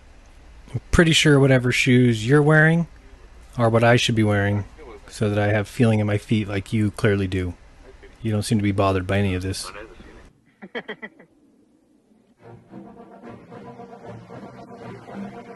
Oh, sweet. I'm so happy they had the speedy oil change and tune-up up here, so I was able to get my wrecked snowmobile fixed. And, oh, I just go over 4-foot gaps, too, like they're nothing. With the cameraman standing right there, filming it perfectly. It's crazy how crazy these north-south circumnavigations can get. You just never know what surprises around the corner. Sometimes you get a new boat, sometimes you get snowmobiles, sometimes you have a regular phone to use. Sometimes the cameraman pans like it's a cinematic scene. It's all very impressive. But we're here. Only a jumble of fractured ice marks the top of the world. And within a few days, the Union Jack will have drifted miles away with the ever-moving flow. While the moment may be transitory, its meaning is not. Rand Fiennes and Charlie Burton have become the first men ever to reach both poles the hard way. So we got 2 guys in the record books. What about the cameraman? He doesn't count? Chump change? Alright, they finally made it. They left the snowmobiles, I don't know, back there somewhere. They don't need them anymore. They made it. They've done it. First ones ever. Unbelievable. I don't think nature is comprised solely. No, I meant that. Like, this bullshit is unbelievable. She could and did.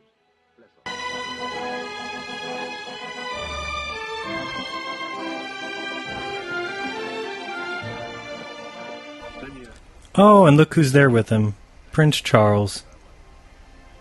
Ain't that cute. Way to go, guys. You're awesome. And if you believe that, then I've got an island off the coast of Colorado I need to sell you.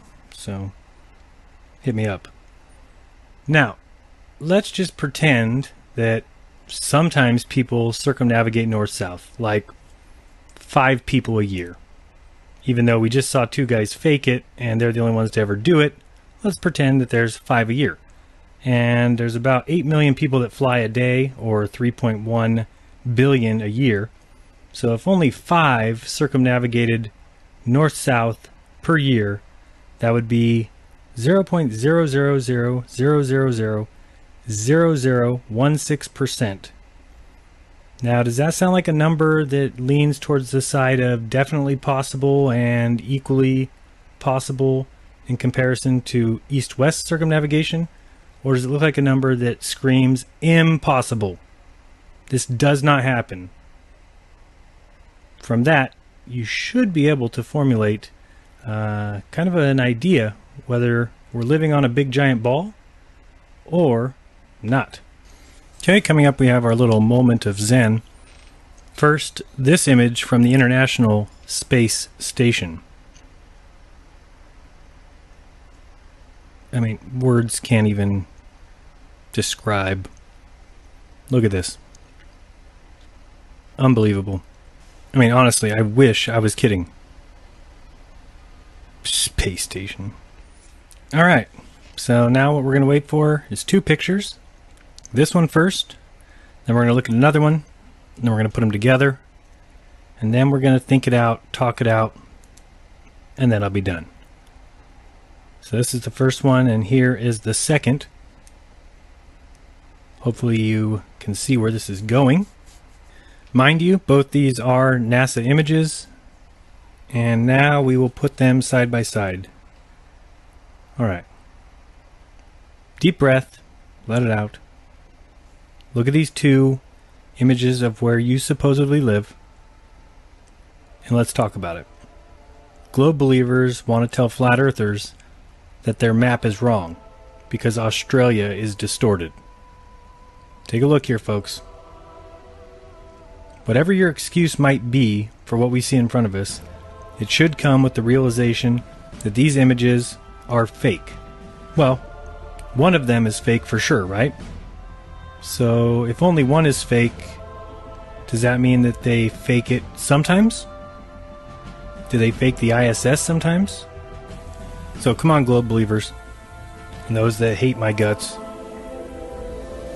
You're either a thinking, questioning, rational-minded human being who recognizes deceit when it's right in front of you, owns it when you've been had, and does what it takes to help correct the lie and to expose the liars. Or you're a parrot for a slave system. A slave system that has stolen your life, your purpose, your importance, and your mind. And it's just sad because you're going to fight for them. You must love the system. You must love your slavery. Well, I don't. So if you can't speak out against them, well, you better warn them that we're coming. And they've got a lot to prove. They taught us a lot and taught us the scientific method. And now that we're trying to test these so-called facts, we aren't reproducing the same results. So if we're all just idiots, if science is right, then show us. Test it. Show us the proof. What part of the scientific method says that people should stop others from doing their own independent tests and experiments? All that we're asking is for you to show us. Show us the measurable curvature. Show us something. So the choice is yours. Research and test, or type "you're a moron" again into the comments and feel good about yourself. I'll tell you one thing, it won't change the fact that we've all been lied to. It will only prolong the inevitable. And that's nobody's going to space. There's no rover on Mars. Stars are stars and the sun is the sun. Or you can continue to preach your gospel and tell us all how true and good it is. A reading from the second letter of Neil deGrasse to the theoretical physicists. I mean, look at these two pictures. All of you who want to tell me I'm an idiot for not trusting NASA, look at the screen. Are you really going to make up an excuse for them yet again? Really? To us, we can't seem to find how all of these globe facts were put through any kind of scientific method. So if you do, if we've missed it, can you do the tests? Can you show us how? Because science is starting to look pretty bad right now. And where are these inquisitive scientists I'm told about? The ones that are just dying for new discoveries. We're making new discoveries. We're proving that boats don't go over the horizon, something that people haven't known for 500 years. But we can't find any of these scientists that supposedly are all about debunking the current beliefs. Do they exist? Or is it just that all that was merely words? So I'm going to show you some different things about Antarctica, so hopefully you see the difference between good research and just typing something into YouTube and saying, oh, there's the proof. Anybody can go to Antarctica because these people say they've been there. Let's move on and get into these cruises into Antarctica. First of all, you can see on the screen here that they all go to these ports only. So you'll see that that is a very small section of a gigantic continent where people would all assemble and all the little cruise ports would be there. So that's very interesting.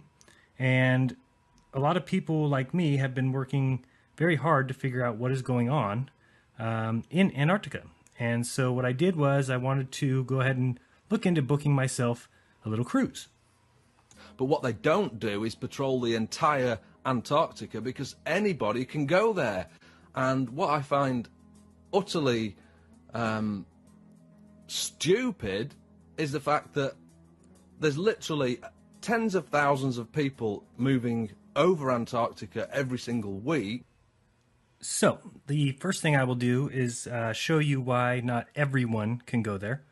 And the second thing is I don't usually call people liars, so I'm just going to ask for your evidence in claiming that tens of thousands of people fly across Antarctica every week. That's what you said.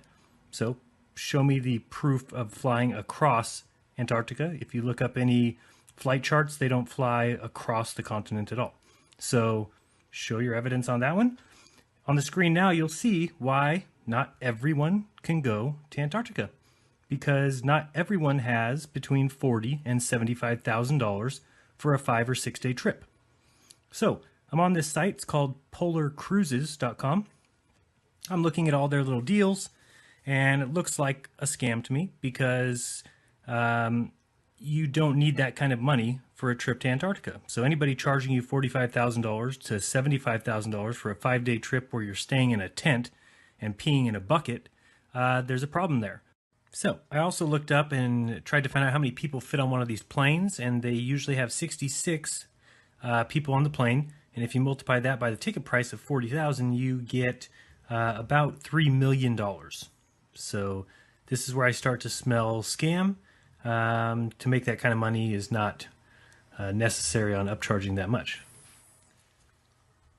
So the first thing I did was run the site through Whoisology. Really cool site if you're looking for the owner of a site or IP information, registrar information. And when I found it, I got some other interesting news.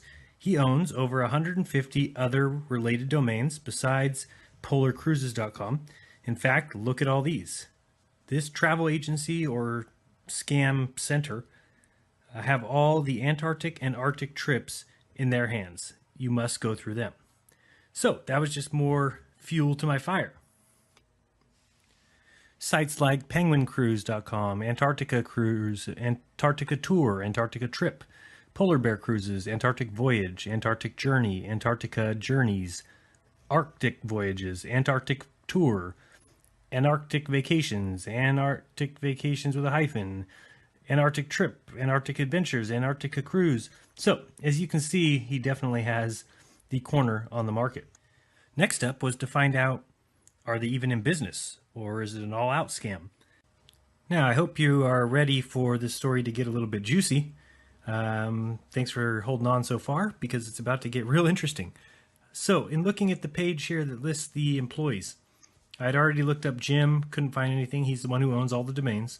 I looked up Sharon, couldn't find much. Again, both Jim and Sharon have very non-unique names.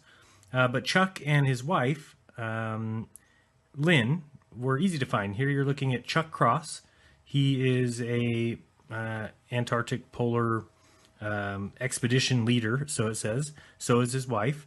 But they only have one photo of themselves all online. So, I mean, if you can search Google, I did here in a second, you'll see it on the screen. And that even putting her name and Bend, Oregon, where they supposedly live, turns up just that one photo and only articles that look like they come from their site or are in regards to them being travel agents. You can see here just that one picture up at the top. So that left me with one other person, and I looked her up, and I always thank my lucky stars when I see somebody with a unique name. They're usually easy to find online. Her name is Nina Spinrad. So here it talks about her being an outdoor lover, and so I began to search Spinrad, Nina, and I get a ton of results for a Dr. Richard W. Spinrad. Who is he? Well, he was named in 2014 as the NOAA Chief Scientist by Barack Obama. Then I see Mr. Spinrad was the President of Research at Oregon State before his appointment as head of the National Oceanic and Atmospheric Research Center. And, of course, we know that this travel agency is based in Oregon. So, prior to that, he was the research director for the U.S. Navy. He also is part of the global warming lie, as he is a direct and permanent representative to the United Nations Intercontinental Oceanographic Commission. He's been given awards from Bush and Obama, and now there's no way that this Nina is related to him, right? So I found a obituary for a Gene Thompson, and if you're ever looking for relationships, the best place to go is obituary, since it spells it right out for you. And in Gene Thompson's obituary, he was survived by his daughter, Elena, and her husband, Dr. Richard Spinrad, and their son, Gary, and his wife, Nina Spinrad. So, for those of you following along, we now have one company who owns all the domains for Arctic and Antarctic trips. It has 5 employees. One of them is the daughter-in-law of the head honcho and President Barack Obama's selection for chief scientist for the NOAA. So that means we have a Navy veteran, a military man who has taken a military oath in charge of the ocean as chief scientist, just like all of our scientists who went to the moon, who are on the ISS or are currently or former military. Worth noting, if you spend 10, 20, 30 years in the military and then you get honorable discharge or you leave or retire, you're then considered a civilian.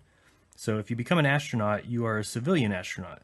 So when we look closely, we can see that honestly most of what we think of as science has been militarized. Also wanted to point out, if you look at the screen now, you'll see I did some flight tracking, and I don't see any planes that are going anywhere near the Antarctic landmass, which really only makes sense when you think of Antarctica being the ring around the flat plane. If it were a giant continent on the bottom of a globe, why wouldn't we be crossing it to go from Australia to South America, etc.?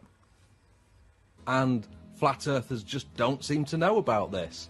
And they think that Antarctica doesn't exist and that it's a military manned base and they don't allow anybody in there. Well, anybody can go to Antarctica. And the one good thing that's come out of me investigating this is the fact that it's exposed a lot of these flat earth liars, and they don't go out there patrolling all round Antarctica. That's just stupid. And the most stupid thing of all is that some of these flat earthers think that Antarctica doesn't exist. So I wanted to talk a quick minute about GPS, and sorry for my scribbles, but hopefully this will help you understand a little better. If the map on the left was the correct map, and we needed people to think that they are on a globe, then you would put ground-based tracking everywhere. So let's call that those red sticks on the map on the left. Then when someone stands, say, at the 3 dots in South America, then it would coincide with our GPS, or Global Positioning System, which would be the 3 dots on the right. We could just say that those 3 dots were being tracked by big metal satellites orbiting above your head, when in actuality they were ground-based stations. Now, if someone thinks that they are going from, say, South America to Antarctica, on the right, they would actually be just doing the same thing as we see on the left. Same thing with Australia. Going from Australia to the South Pole would look the same way on the left as on the right. And as people fly around the world, the GPS simply tells them where they're going. So even though you're just doing a big circle, the GPS makes you think you're on a globe. So I did find some flights that leave Australia, head down, and they say they cross the South Pole, turn around, and return. So from the 3 places in Australia where these planes leave, all would take 12 hours according to the site, but all distances are 8,000 miles plus. If they were truly going to the 90-degree mark at the South Pole, well, 8,000 miles in 12 hours is 666 miles per hour, and the top speed of a 747 jet is 550 miles per hour. So this means you simply do not actually go to the 90-degree mark. Also, the plane has 366 seats with an average price of about $3,000. So $3,000 times 366 is well over $1 million. The plane uses 36,000 gallons per 10 hours of flight, so I'll even give them 60,000 gallons for their 12-hour flight, charging $2.50 a gallon, and that's the price of gas in California. That's $150,000. So off $1 million take, they spend $150,000 on gas. Pretty nice profit to fly in a circle.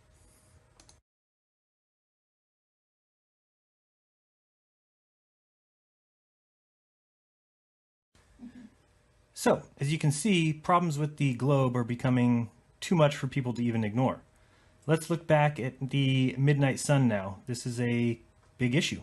Based on current cosmology, if the Earth is a ball, then the North Pole and the South Pole have to be the complete same but opposite, when one is facing the sun versus when the other is facing the sun. For example, Norway gets all-day sun from April through August, and that's 400 miles from the 60-degree marker north. Well, if that's true, then if the Earth is a ball, the same areas opposite must be getting the same no sun in the south on the same days. Well, webcams will clearly show that it is quite a bit different in Antarctica than it is in the north. For instance, the north may get all-day sun, while the south is still getting a little bit of sun when they should be getting nothing but darkness. I'll show some webcams to prove this point.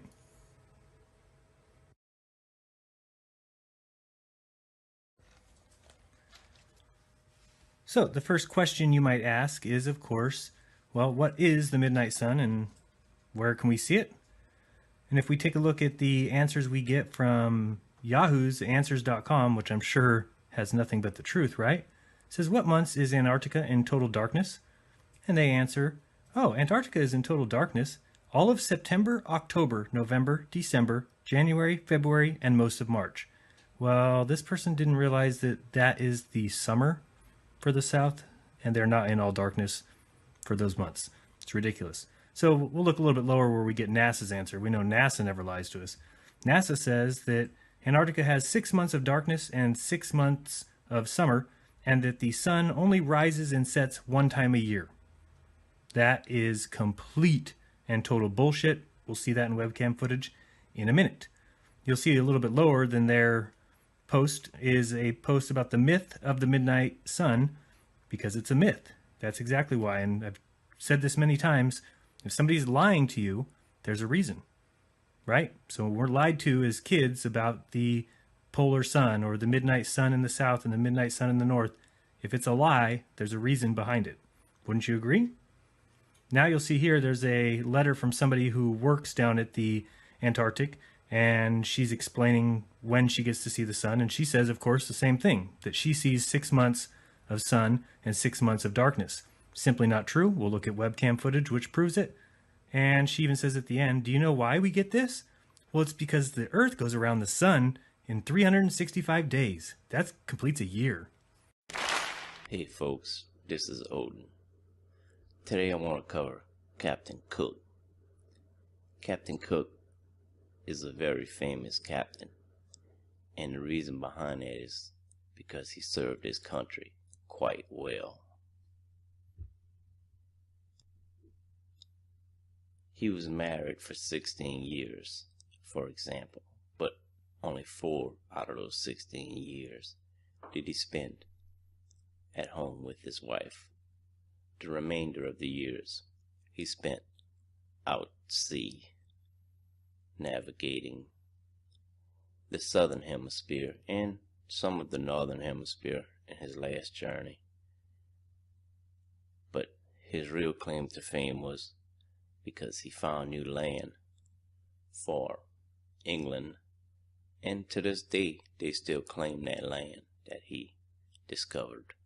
Let's begin our journey with covering him. He's also credited for circumnavigating Antarctica. In fact, he's credited for being the first captain to do so. One thing not many people know about is NASA named some of their space shuttles after Captain Cook's ships. Cook explored and mapped more territory than any navigator of his era, and his achievements later saw him honored by NASA. So his ship Discovery was one of several historical vessels that inspired the name of the third space shuttle, and NASA later named their final shuttle Endurance, which of course was named after one of Captain Cook's ships as well. But let's talk about his journeys. It really his first and second journey, but we'll also cover his third journey a little later.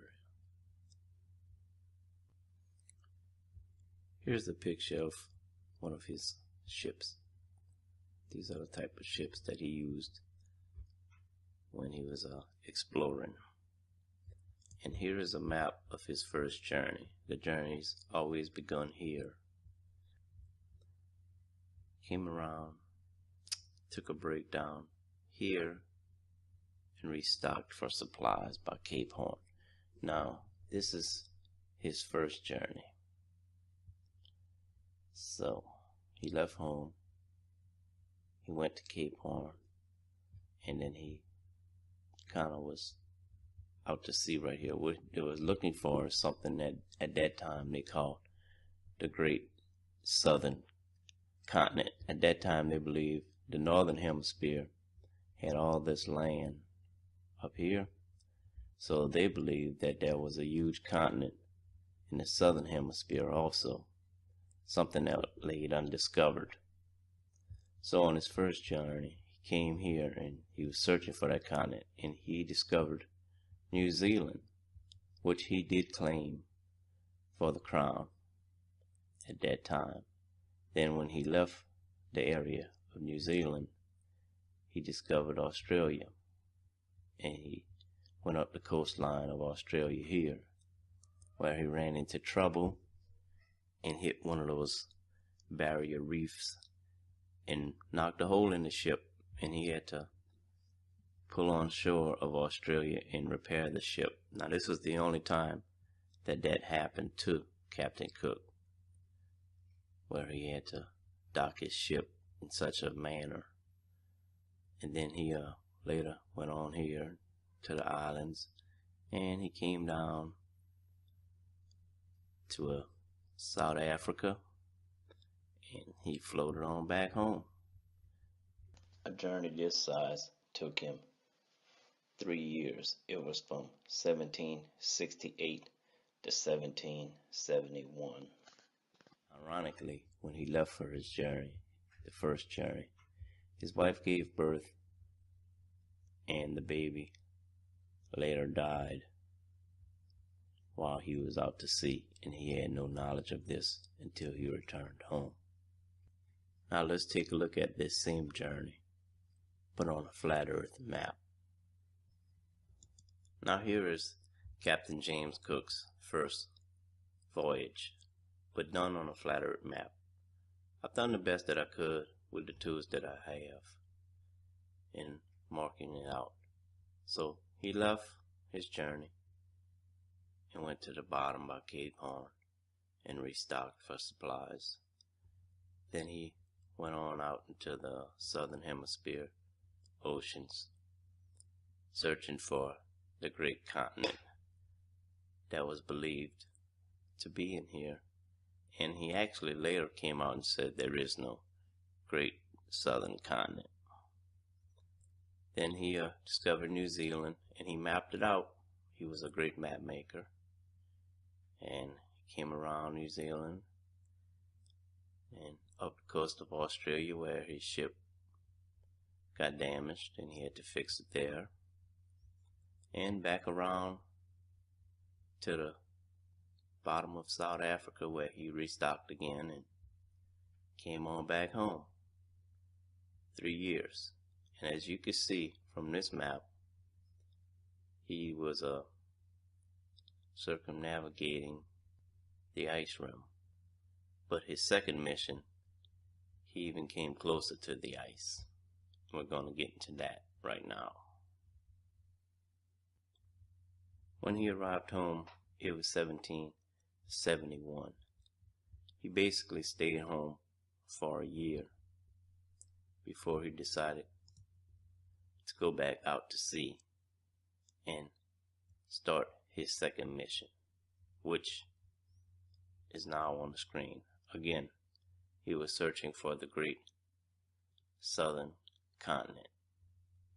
He left home, and this time, instead of going to South America, he went to South Africa first. After leaving South Africa, he went further south, and he was experiencing a lot of ice and a lot of bad and cold weather. And this mission started in 1772. He only stayed 1 year at home. He cruised around the ice rim here, and he went back to New Zealand, a spot that he now claimed for the Queen, and he restocked. And after he restocked, again, he was doing his searching. Restocked. Search. Restock. Finally, with no luck of finding this continent, he started his journey, went to Cape Horn of Plenty, they called it. Then he went on back home. And this mission, like his last mission, lasted 3 years.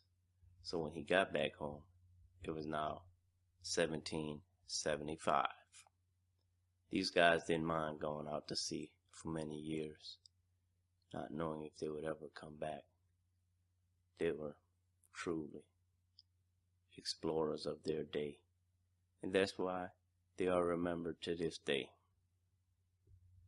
But they also are remembered because of the land they claimed for the Queen. New Zealand in this case, and Australia. And into this day, this land is still recognized and owned by the Queen. I'm going to get to that in a minute. I'm going to show y'all what I'm talking about. But anyway, let's take a look at this map, but on a flat earth map.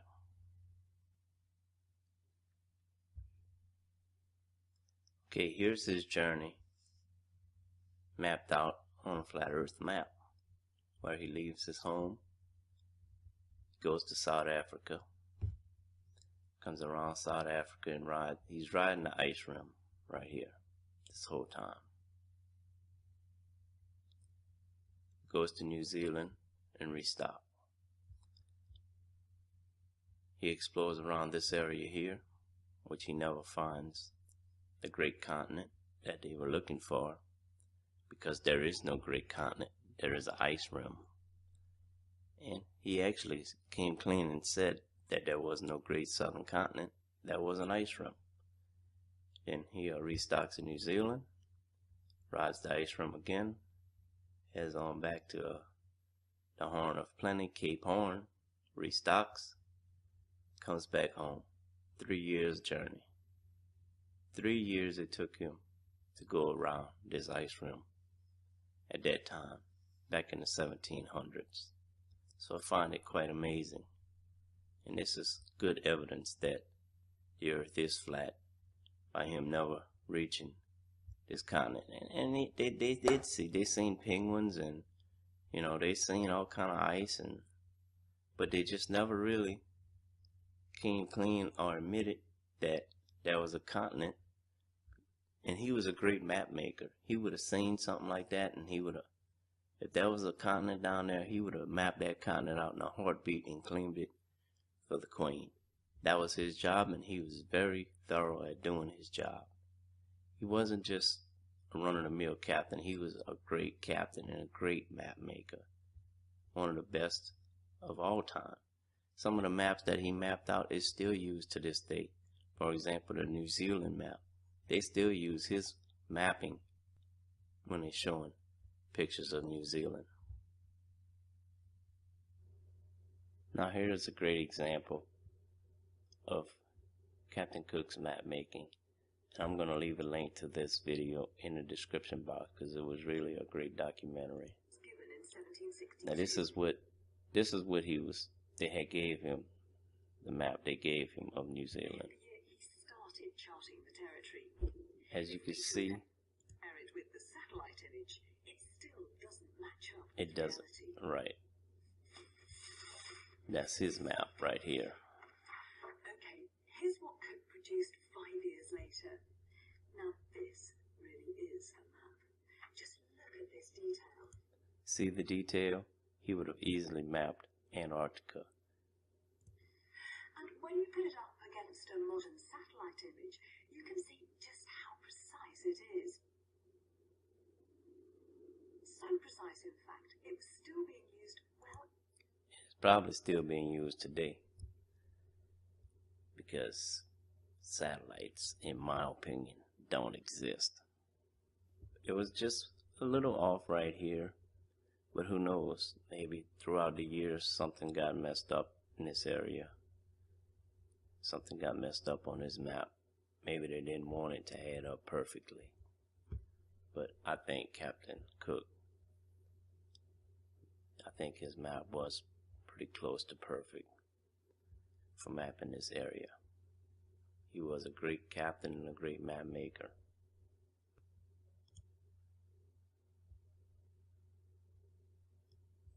Okay, now to this day, who governs New Zealand and who owns it? I know they feel like it's the people own it, or they have their own government, but in reality, the Queen owns it.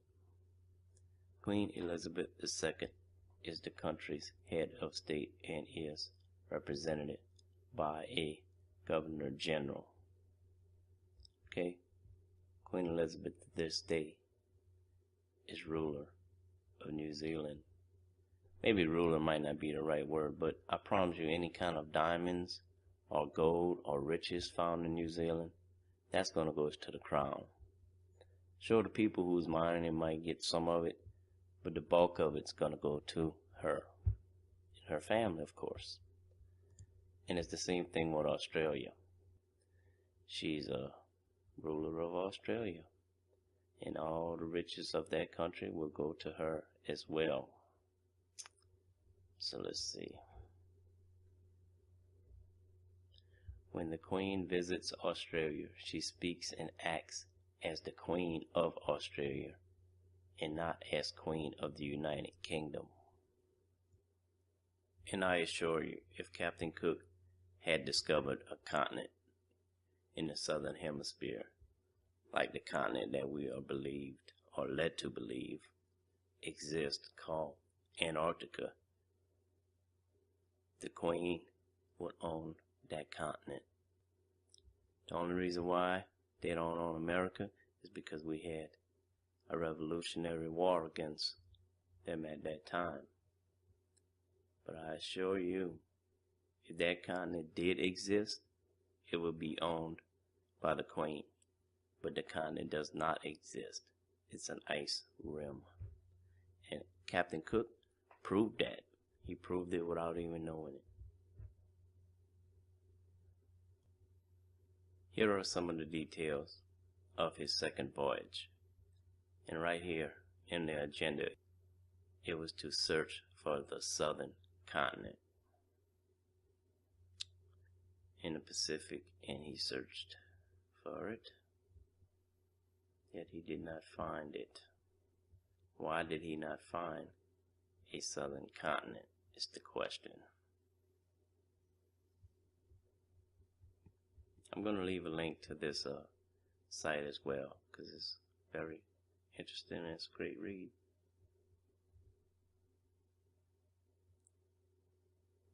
So in closing, I'm going to say that Captain Cook was a great explorer, and had he discovered if there was an Antarctic, a continent below, he would have claimed it for the crown. That was his job, and he would have been very proud to do his job. Hey guys, I have this book here. It's with Captain James Cook in the Atlantic and the Pacific.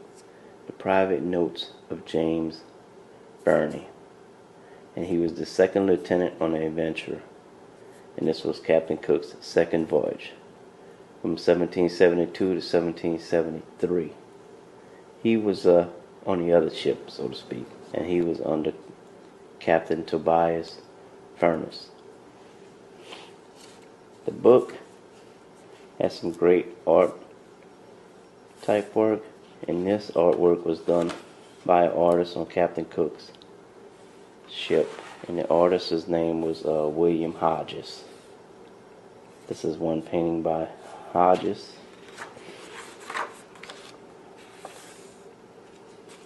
And the book was published in 1975 by the National Library of Australia. It has some very interesting stuff about their journeys, in my opinion, around the ice rim. It also has some more artwork and illustrations in it. And it has this nice map here.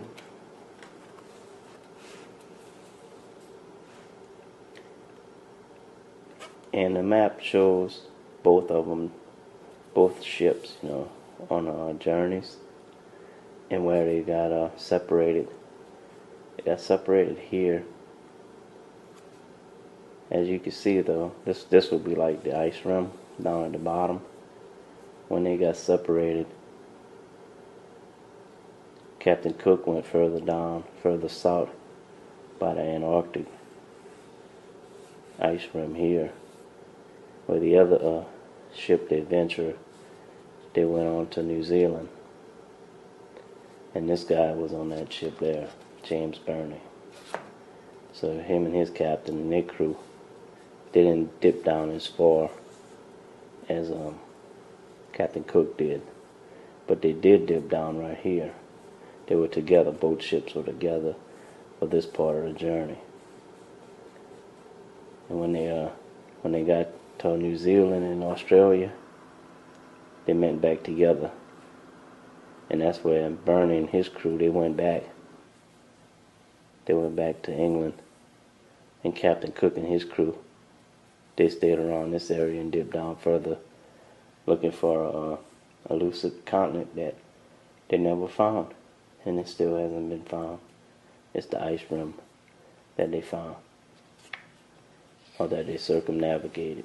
Also, I wanted to add that the book is on a more of an expensive side. It can range from about $100 US to around $700 US. And if you're living in the US, it takes quite some time to get it to you. Simply because it's either going to be coming out of the UK or Australia.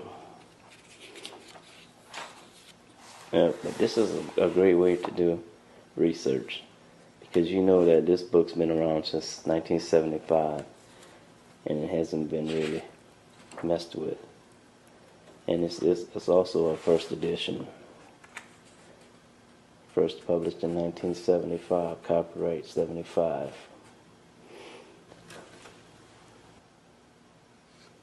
It has been kept in great shape also. It's the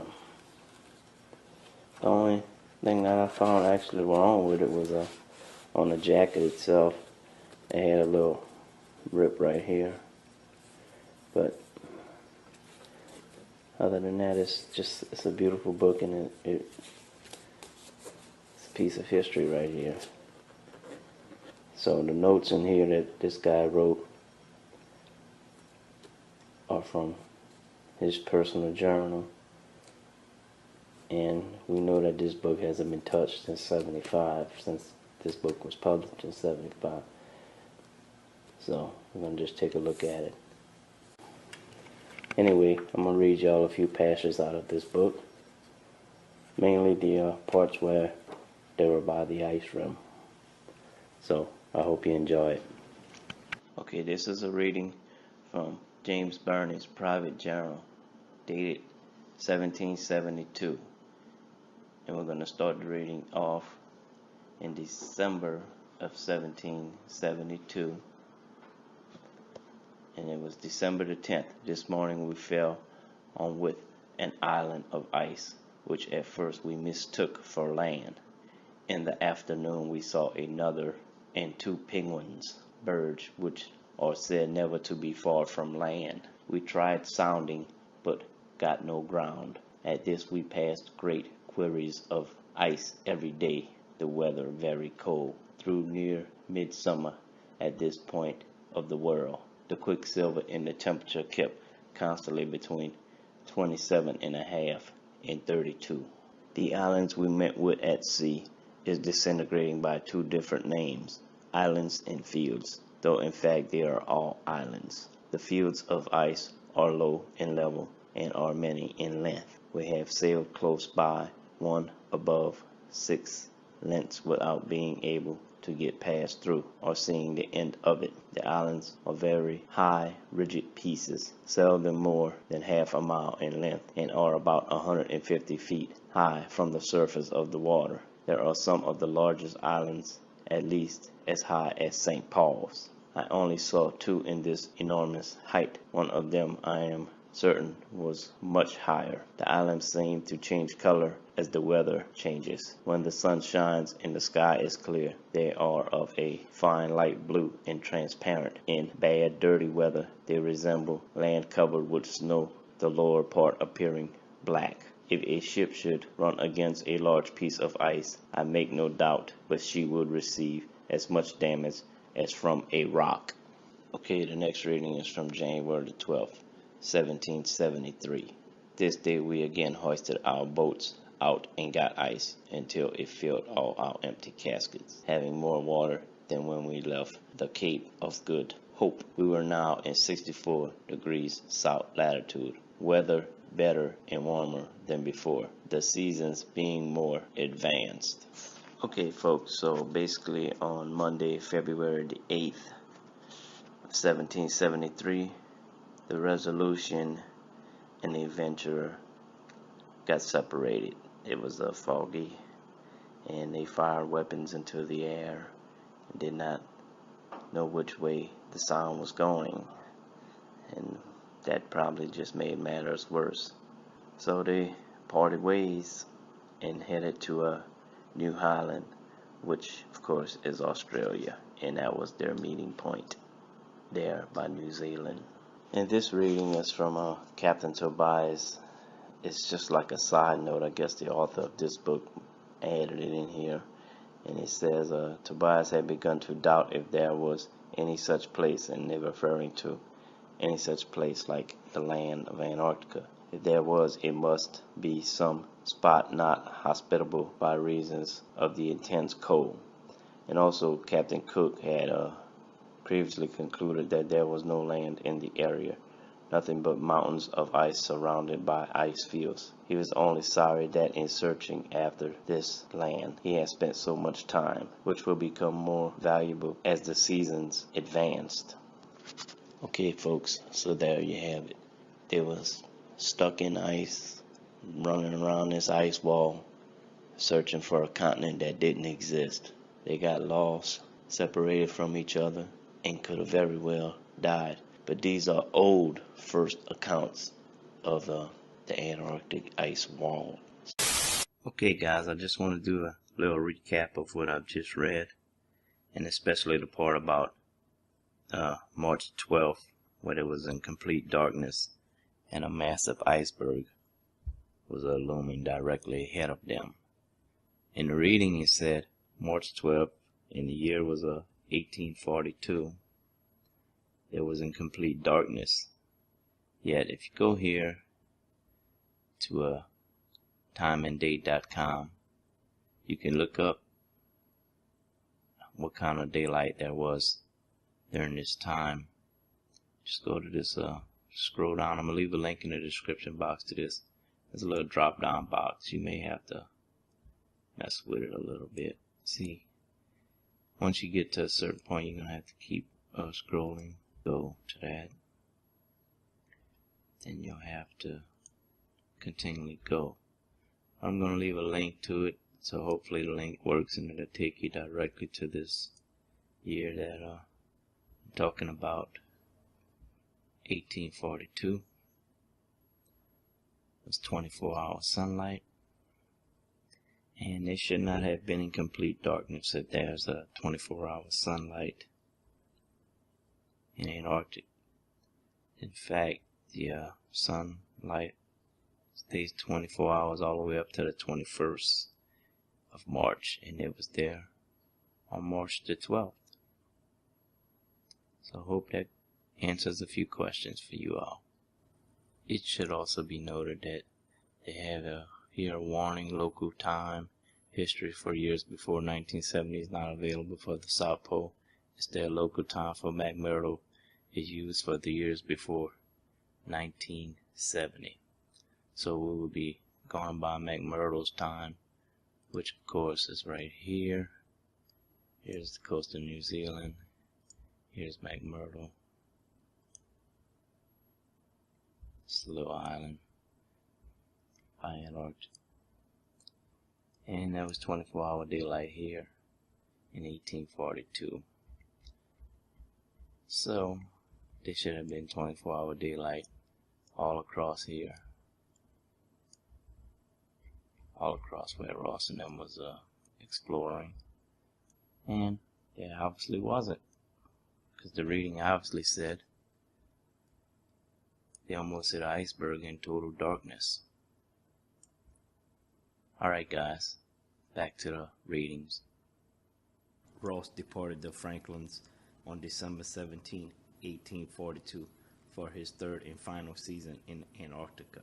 His desire was to penetrate the Weddell Sea and add to the research done by Weddell in 1822. Unfortunately, he met with dense, impenetrable ice pack and icebergs. Abandoning his plan, Ross crossed the Arctic Circle on March the 5th, 1843, and the Terror sailed for home. Ross wrote, "The shores of Old England came into view at 5:20 a.m. on the 2nd of September, and we anchored off Folkestone at midnight on the 4th. The voyage was complete after 4 years and 5 months at sea." Well guys, I hope this documentary helped you understand a little bit better of the troubles that these adventurers, in this case Captain James Clark Ross and his crew, ran into when they were searching for the southern magnetic pole.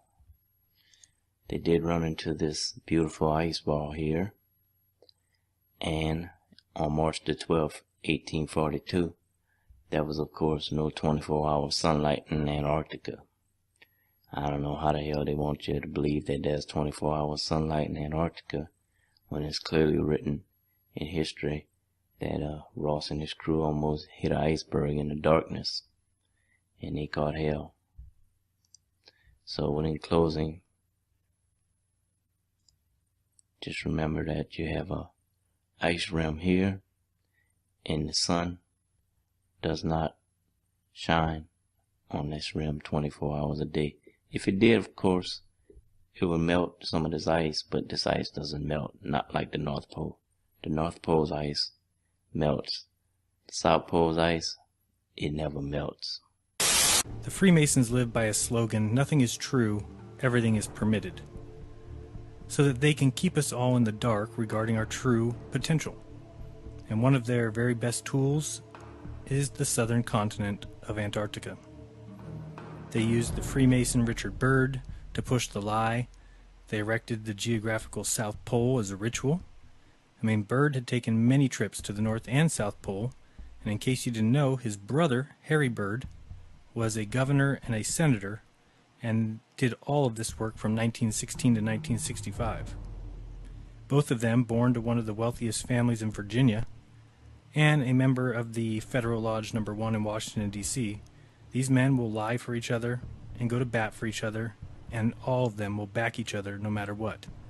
In fact, all of Byrd's travels were financed by John D. Rockefeller. And it came out in 2012 that the whole thing was staged as a publicity stunt by the new Rockefeller Center.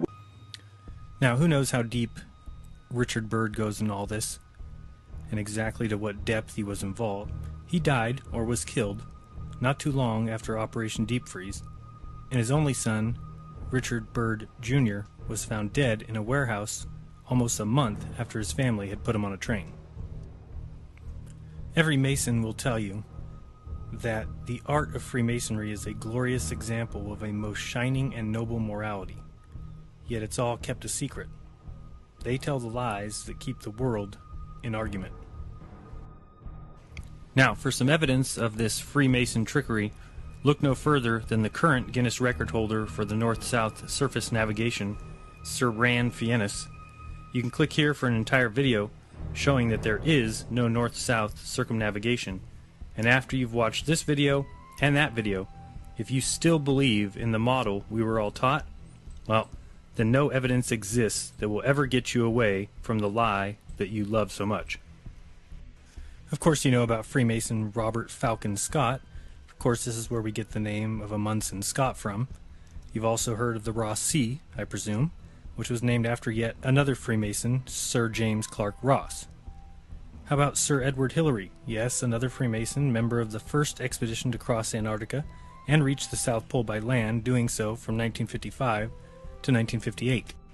Or we can look at Elisha Kane, who was just another Freemason, also an explorer that is famous enough to have a crater on the moon named after him, and he did his journeys in 1853. Of course, in 1909, Robert E. Peary reached the North Pole, and in 1911, Roald Amundsen placed the flag at the South Pole. Yes, Peary and Amundsen were both Freemasons. And of course, you have another Mason, Sir Ernest Henry Shackleton, initiated in Navy Lodge number 2612 in 1901, passed in 1911, and raised in 1913. He separated from his crew. What follows is an amazing story of survival and heroism when the party was finally rescued and received on a ship captained by, yes, another Freemason, Luis Pardo. The list goes on, full of these Freemason tricks, these Freemason lies. And it doesn't just end at the North and South Pole. You see, our history is littered with Freemasons and their lies. In all walks of life, in all areas of study. Of course, you should recognize that Charles Darwin was, of course, a Freemason. Imagine that one. What about Charles Lindbergh, right? First to fly across the Atlantic Ocean? Perhaps. How about the reason kidnapping is a federal crime? Well, this is his doing, and the reason it's now headed by the FBI. All of that as a result of the Lindbergh case. Yes, in one of the earliest hoaxes or false flags, do some research on Charles Lindbergh and his child being kidnapped. You'll see for yourself what kind of government ran this country in 1927. And maybe he was the first to cross the Atlantic solo. I can't say that he wasn't. But what I can say is the flight taking 33 hours seems a bit suspicious. And as the media reported, I'm very sure that during the flight across the ocean, through snow and sleet, he slept. You heard me. First solo flight from New York to London, the man slept. The feat had already been attempted 6 times, and all 6 men never made it. They all died. Yet Charles Lindbergh, the Freemason, he did it, while dodging storm clouds at 10,000 feet and dodging waves as low as 10 feet. He also found time to sleep. Not a worry. Yeah, those Masons are amazing indeed. It's like the Mason who went to the moon, and on his first step off the limb, he pissed on the moon. And when he was ready to leave, the first time ever that it would be attempted, he said, "Roger, Houston, we're number 1 on the runway." Circuit breakers. So all in all, the deception here is becoming clear. Why would there be no footage of a 24-hour sun? Where's the proof? Where's the proof that we live on a ball? Go look at images from 70 degrees north versus 70 degrees south. On a globe, they should be nearly identical. But you'll see that the south is a barren wasteland of ice and penguins, and the north is filled with trees, flowers, bushes, deer, bears, squirrels, elk, and everything else you can imagine. Why do all of these South Pole and Antarctic flights and planes have no windows? Is there something they don't want people to see, perhaps? Like, what's that sun doing? Why is it when you look at the World View 4 satellite images, which cover the United States in a pattern like this, stop in Antarctica like this, in a very circular pattern. Universally through time, we've had legends that speak of Atlantis, or a sacred land located at the navel of the earth. Hindu mythology tells us about Meru as the mystical mountain of the earth's center. Like the Egyptians, the Indians conceived of a dwelling place of the gods known as Sumeru. Hebrew legends speak of a place in the north called Luz. Many ancient lands speak of a first continent known as the imperishable sacred land, and is the most mysterious of the 7 continents. It is said to be located in the region of the North Pole. This sacred land is stated never to have shared the fate of the other continents, because it is the only one whose destiny it is to last from the beginning to the end. It is the cradle of the first man and the dwelling of the last divine mortal. Of this mysterious and sacred land very little can be said, except perhaps, according to a poetical expression in one of the commentaries, that the pole star has its watchful eye upon it. Buddhist texts say that Shambhala can be reached only by a long and difficult journey across a wilderness of deserts and mountains, and warn that only those who are called to have the necessary spiritual preparation will be able to find it. One text says that the kingdom of Shambhala is round, but it is usually depicted as an 8-petaled lotus blossom. The modern theosophical tradition, too, recognizes that Shambhala is a real place. Shambhala, although no erudite Orientalist has yet succeeded in locating it geographically, is an actual land or district, the seat of the greatest brotherhood of spiritual adepts and their chiefs of earth today. From Shambhala at certain times in the history of the world, or more accurately, of our own 5th root race, come forth from the messengers or envoys of spiritual and intellectual work among men. It is surrounded by an akashic veil of invisibility, and an army of airplanes might fly over it and not see it. In it are gathered some of the most valuable records of the human race. There, surrounded by the greatest and most evolved human beings, the silent watcher of earth has his invisible abode. Meru, which was the Olympus of the Indians, is said to be situated in the center or navel of the earth. It was guarded by serpents, which watched the entrance to the realm of secret knowledge. According to tradition, it was the land of bliss of the earliest Vedic times. Occult teachings place it at the very center of the North Pole, pointing it out as the site of the first continent over the entire Earth.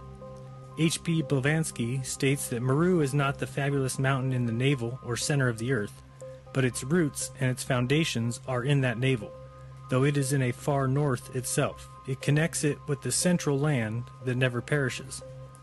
Occult teaching also corroborates the popular tradition, which asserts the existence of a fountain of life in the bowels of the earth and in the North Pole. It is the blood of the earth, the electromagnetic current, which circulates through all of the arteries, and which is said to be found stored in the navel of the earth. In the book Paradise Found, William Warren writes, "The earliest inhabitants of the Tigro-Euphrates basin located the center of the earth, not in their own midst, but in a far-off land of sacred associations where the holy house of God is situated, a land into the heart whereof man has not yet penetrated, a place underneath the overshadowing world tree." The Chaldean account of Genesis we read, "Human beings the great gods created, and in the earth the gods created for them a dwelling. In the midst of the earth they grew up and became great and increased in number. 7 kings, brothers of the same family, Iranian, Indian, Chinese, Scandinavian, and Aztec literature also refer to the ambiguous location of the center of the earth. The Japanese paradise was situated on top of the globe, and at the same time at the center of the earth. It was called the Island of the Congealed Drop. Its first roof pillar was the earth's axis, and over it was the pivot of the vault of heaven. Similarly, the Chinese terrestrial paradise was also round in form and is described not only as at the center of the earth, but also as directly under Shangtai's heavenly palace, which is declared to be in the pole star and is sometimes called the Palace of the Center. The Egyptians located their Ta Neder, or Land of the Gods, in the extreme north. Today there is an echo of these ancient traditions in the fact that children send notes to Santa Claus, or Father Christmas, in his Wonderland at the North Pole, asking for gifts. The Eskimos have legends that they came from a fertile land of perpetual sunshine in the north. In Psalm 48:2 of the Bible, Mount Zion is said to be in the far north. And in Ezekiel 28:13-14, Eden, the garden of God, is placed on the holy mountain of God. In Hebrew tradition, the primeval Eden is sometimes said to be at the center of the earth. According to the Hindu Karma Purana, an island called Shvetadipta, or White Island, lays in the northern sea. More recently, we have even more polar puzzles as far as the open polar sea. Many 19th century explorers believed that beyond the belt of pack ice at the perimeter of the Arctic Ocean there was an open polar sea, and possibly continental land as well.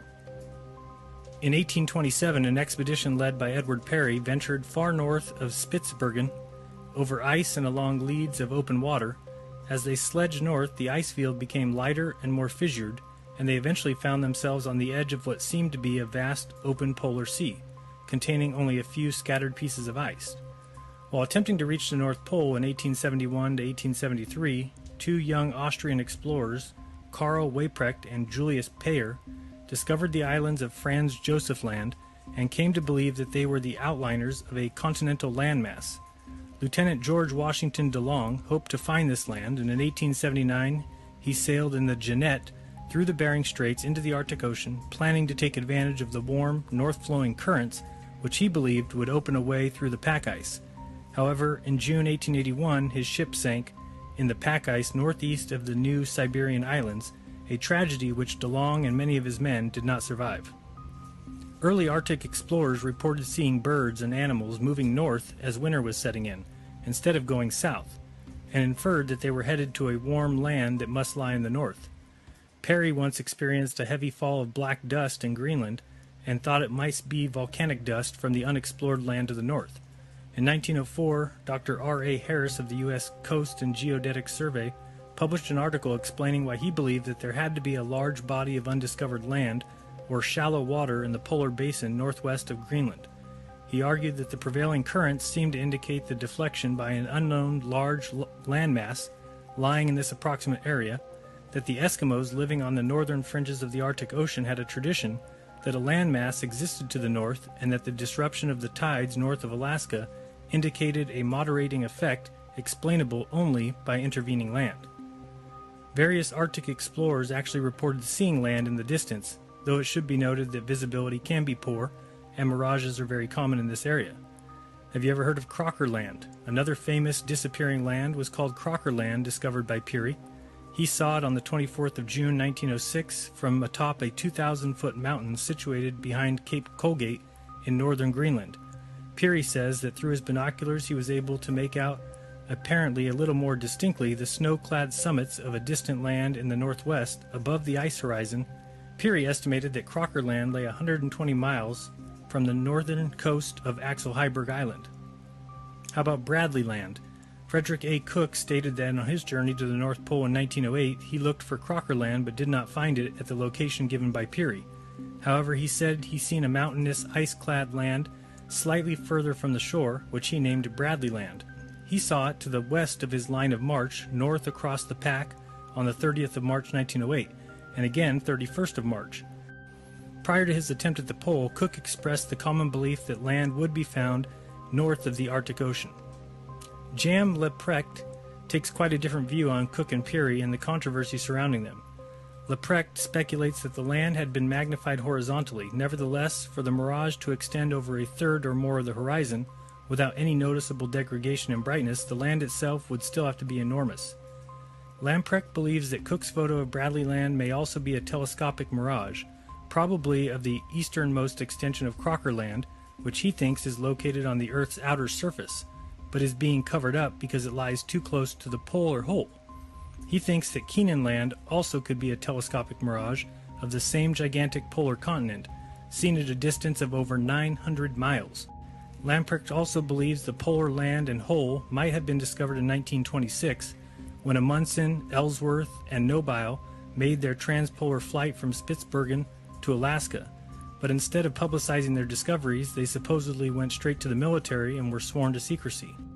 If there is any land or polar opening in the region of the North Pole, they would surely interfere with the drift of pack ice. In this regard, Wally Herbert makes an interesting observation about his experience on the Trans-Arctic expedition. We began to feel that there was some obstruction along the imaginary line, which describes a circle around the pole at a radius of 260 miles. A hump, perhaps, over which the ice drifting north cannot pass. Nansen had faced a similar problem during his epic drift in the Fram. After the first 18 months, it had become evident that the 13-man crew of the Fram were unlikely to come any closer to the pole than 300 miles unless they left the warmth and safety of the ship and set out on foot. Although it is often said that the Arctic Ocean and seafloor have been thoroughly explored, it should be borne in mind that this ocean is 1.5 times the size of the United States of America, so the possibility of a small opening or island with a tunnel having gone undiscovered cannot be absolutely ruled out, and as far as the possibility of a cover-up is concerned, well, it's worth noting that according to some mystical and esoteric traditions, certain sacred areas of the earth are protected and concealed by the exercise of occult powers. Many people have asked about the 24-hour sun in the south, and while we know that there is no 24-hour sun, we don't know that there's no 24-hour light. If you take a look at a couple of these images, you'll see that if we put anything past these guys, that would be a mistake. Yeah, it was a surprise. Big surprise, yeah. It's cold out here. Yeah, it is. It's like the South Pole. It's like the deep South Pole, if there was one. There isn't, though. There isn't, though. The Flat Earth Sun and Moon Clock App. A dynamic new app to teach family and friends about where they actually live. The sky is a perfect clock. The sun measures the hours and days. The moon measures the weeks and months. The star constellations measure the seasons and years. 12/12 or 24-hour clock face, or go hands-free. The Flat Earth Sun, Moon, and Zodiac Clock App with new added features. World Time. See what time it is all around the flat Earth. A true Earth compass that shows true navigation across and around the flat Earth plane. Weather. Tap for detailed local weather information. Know what phase and where the moon is at all times. Watch the sun travel between the tropics for the seasons. Select an amazing background. Add your own or have the app change it to a new one automatically every time you use the app. Add a countdown to your next big date. Learn the truth about our world with the featured video of the day. Web button for additional flat Earth related features, from the mythical curve calculator all the way to Tartaria. While talking to friends, easily pull up pictures that expose the globe lie and shine light on the flat Earth truth. Video playlists in different languages. See the real trade winds circling the flat Earth, and clean screen features. Simply click off the items you don't wish to see. The Flat Earth Sun, Moon, and Zodiac Clock app is the best tool to show your friends and strangers how our flat Earth actually works.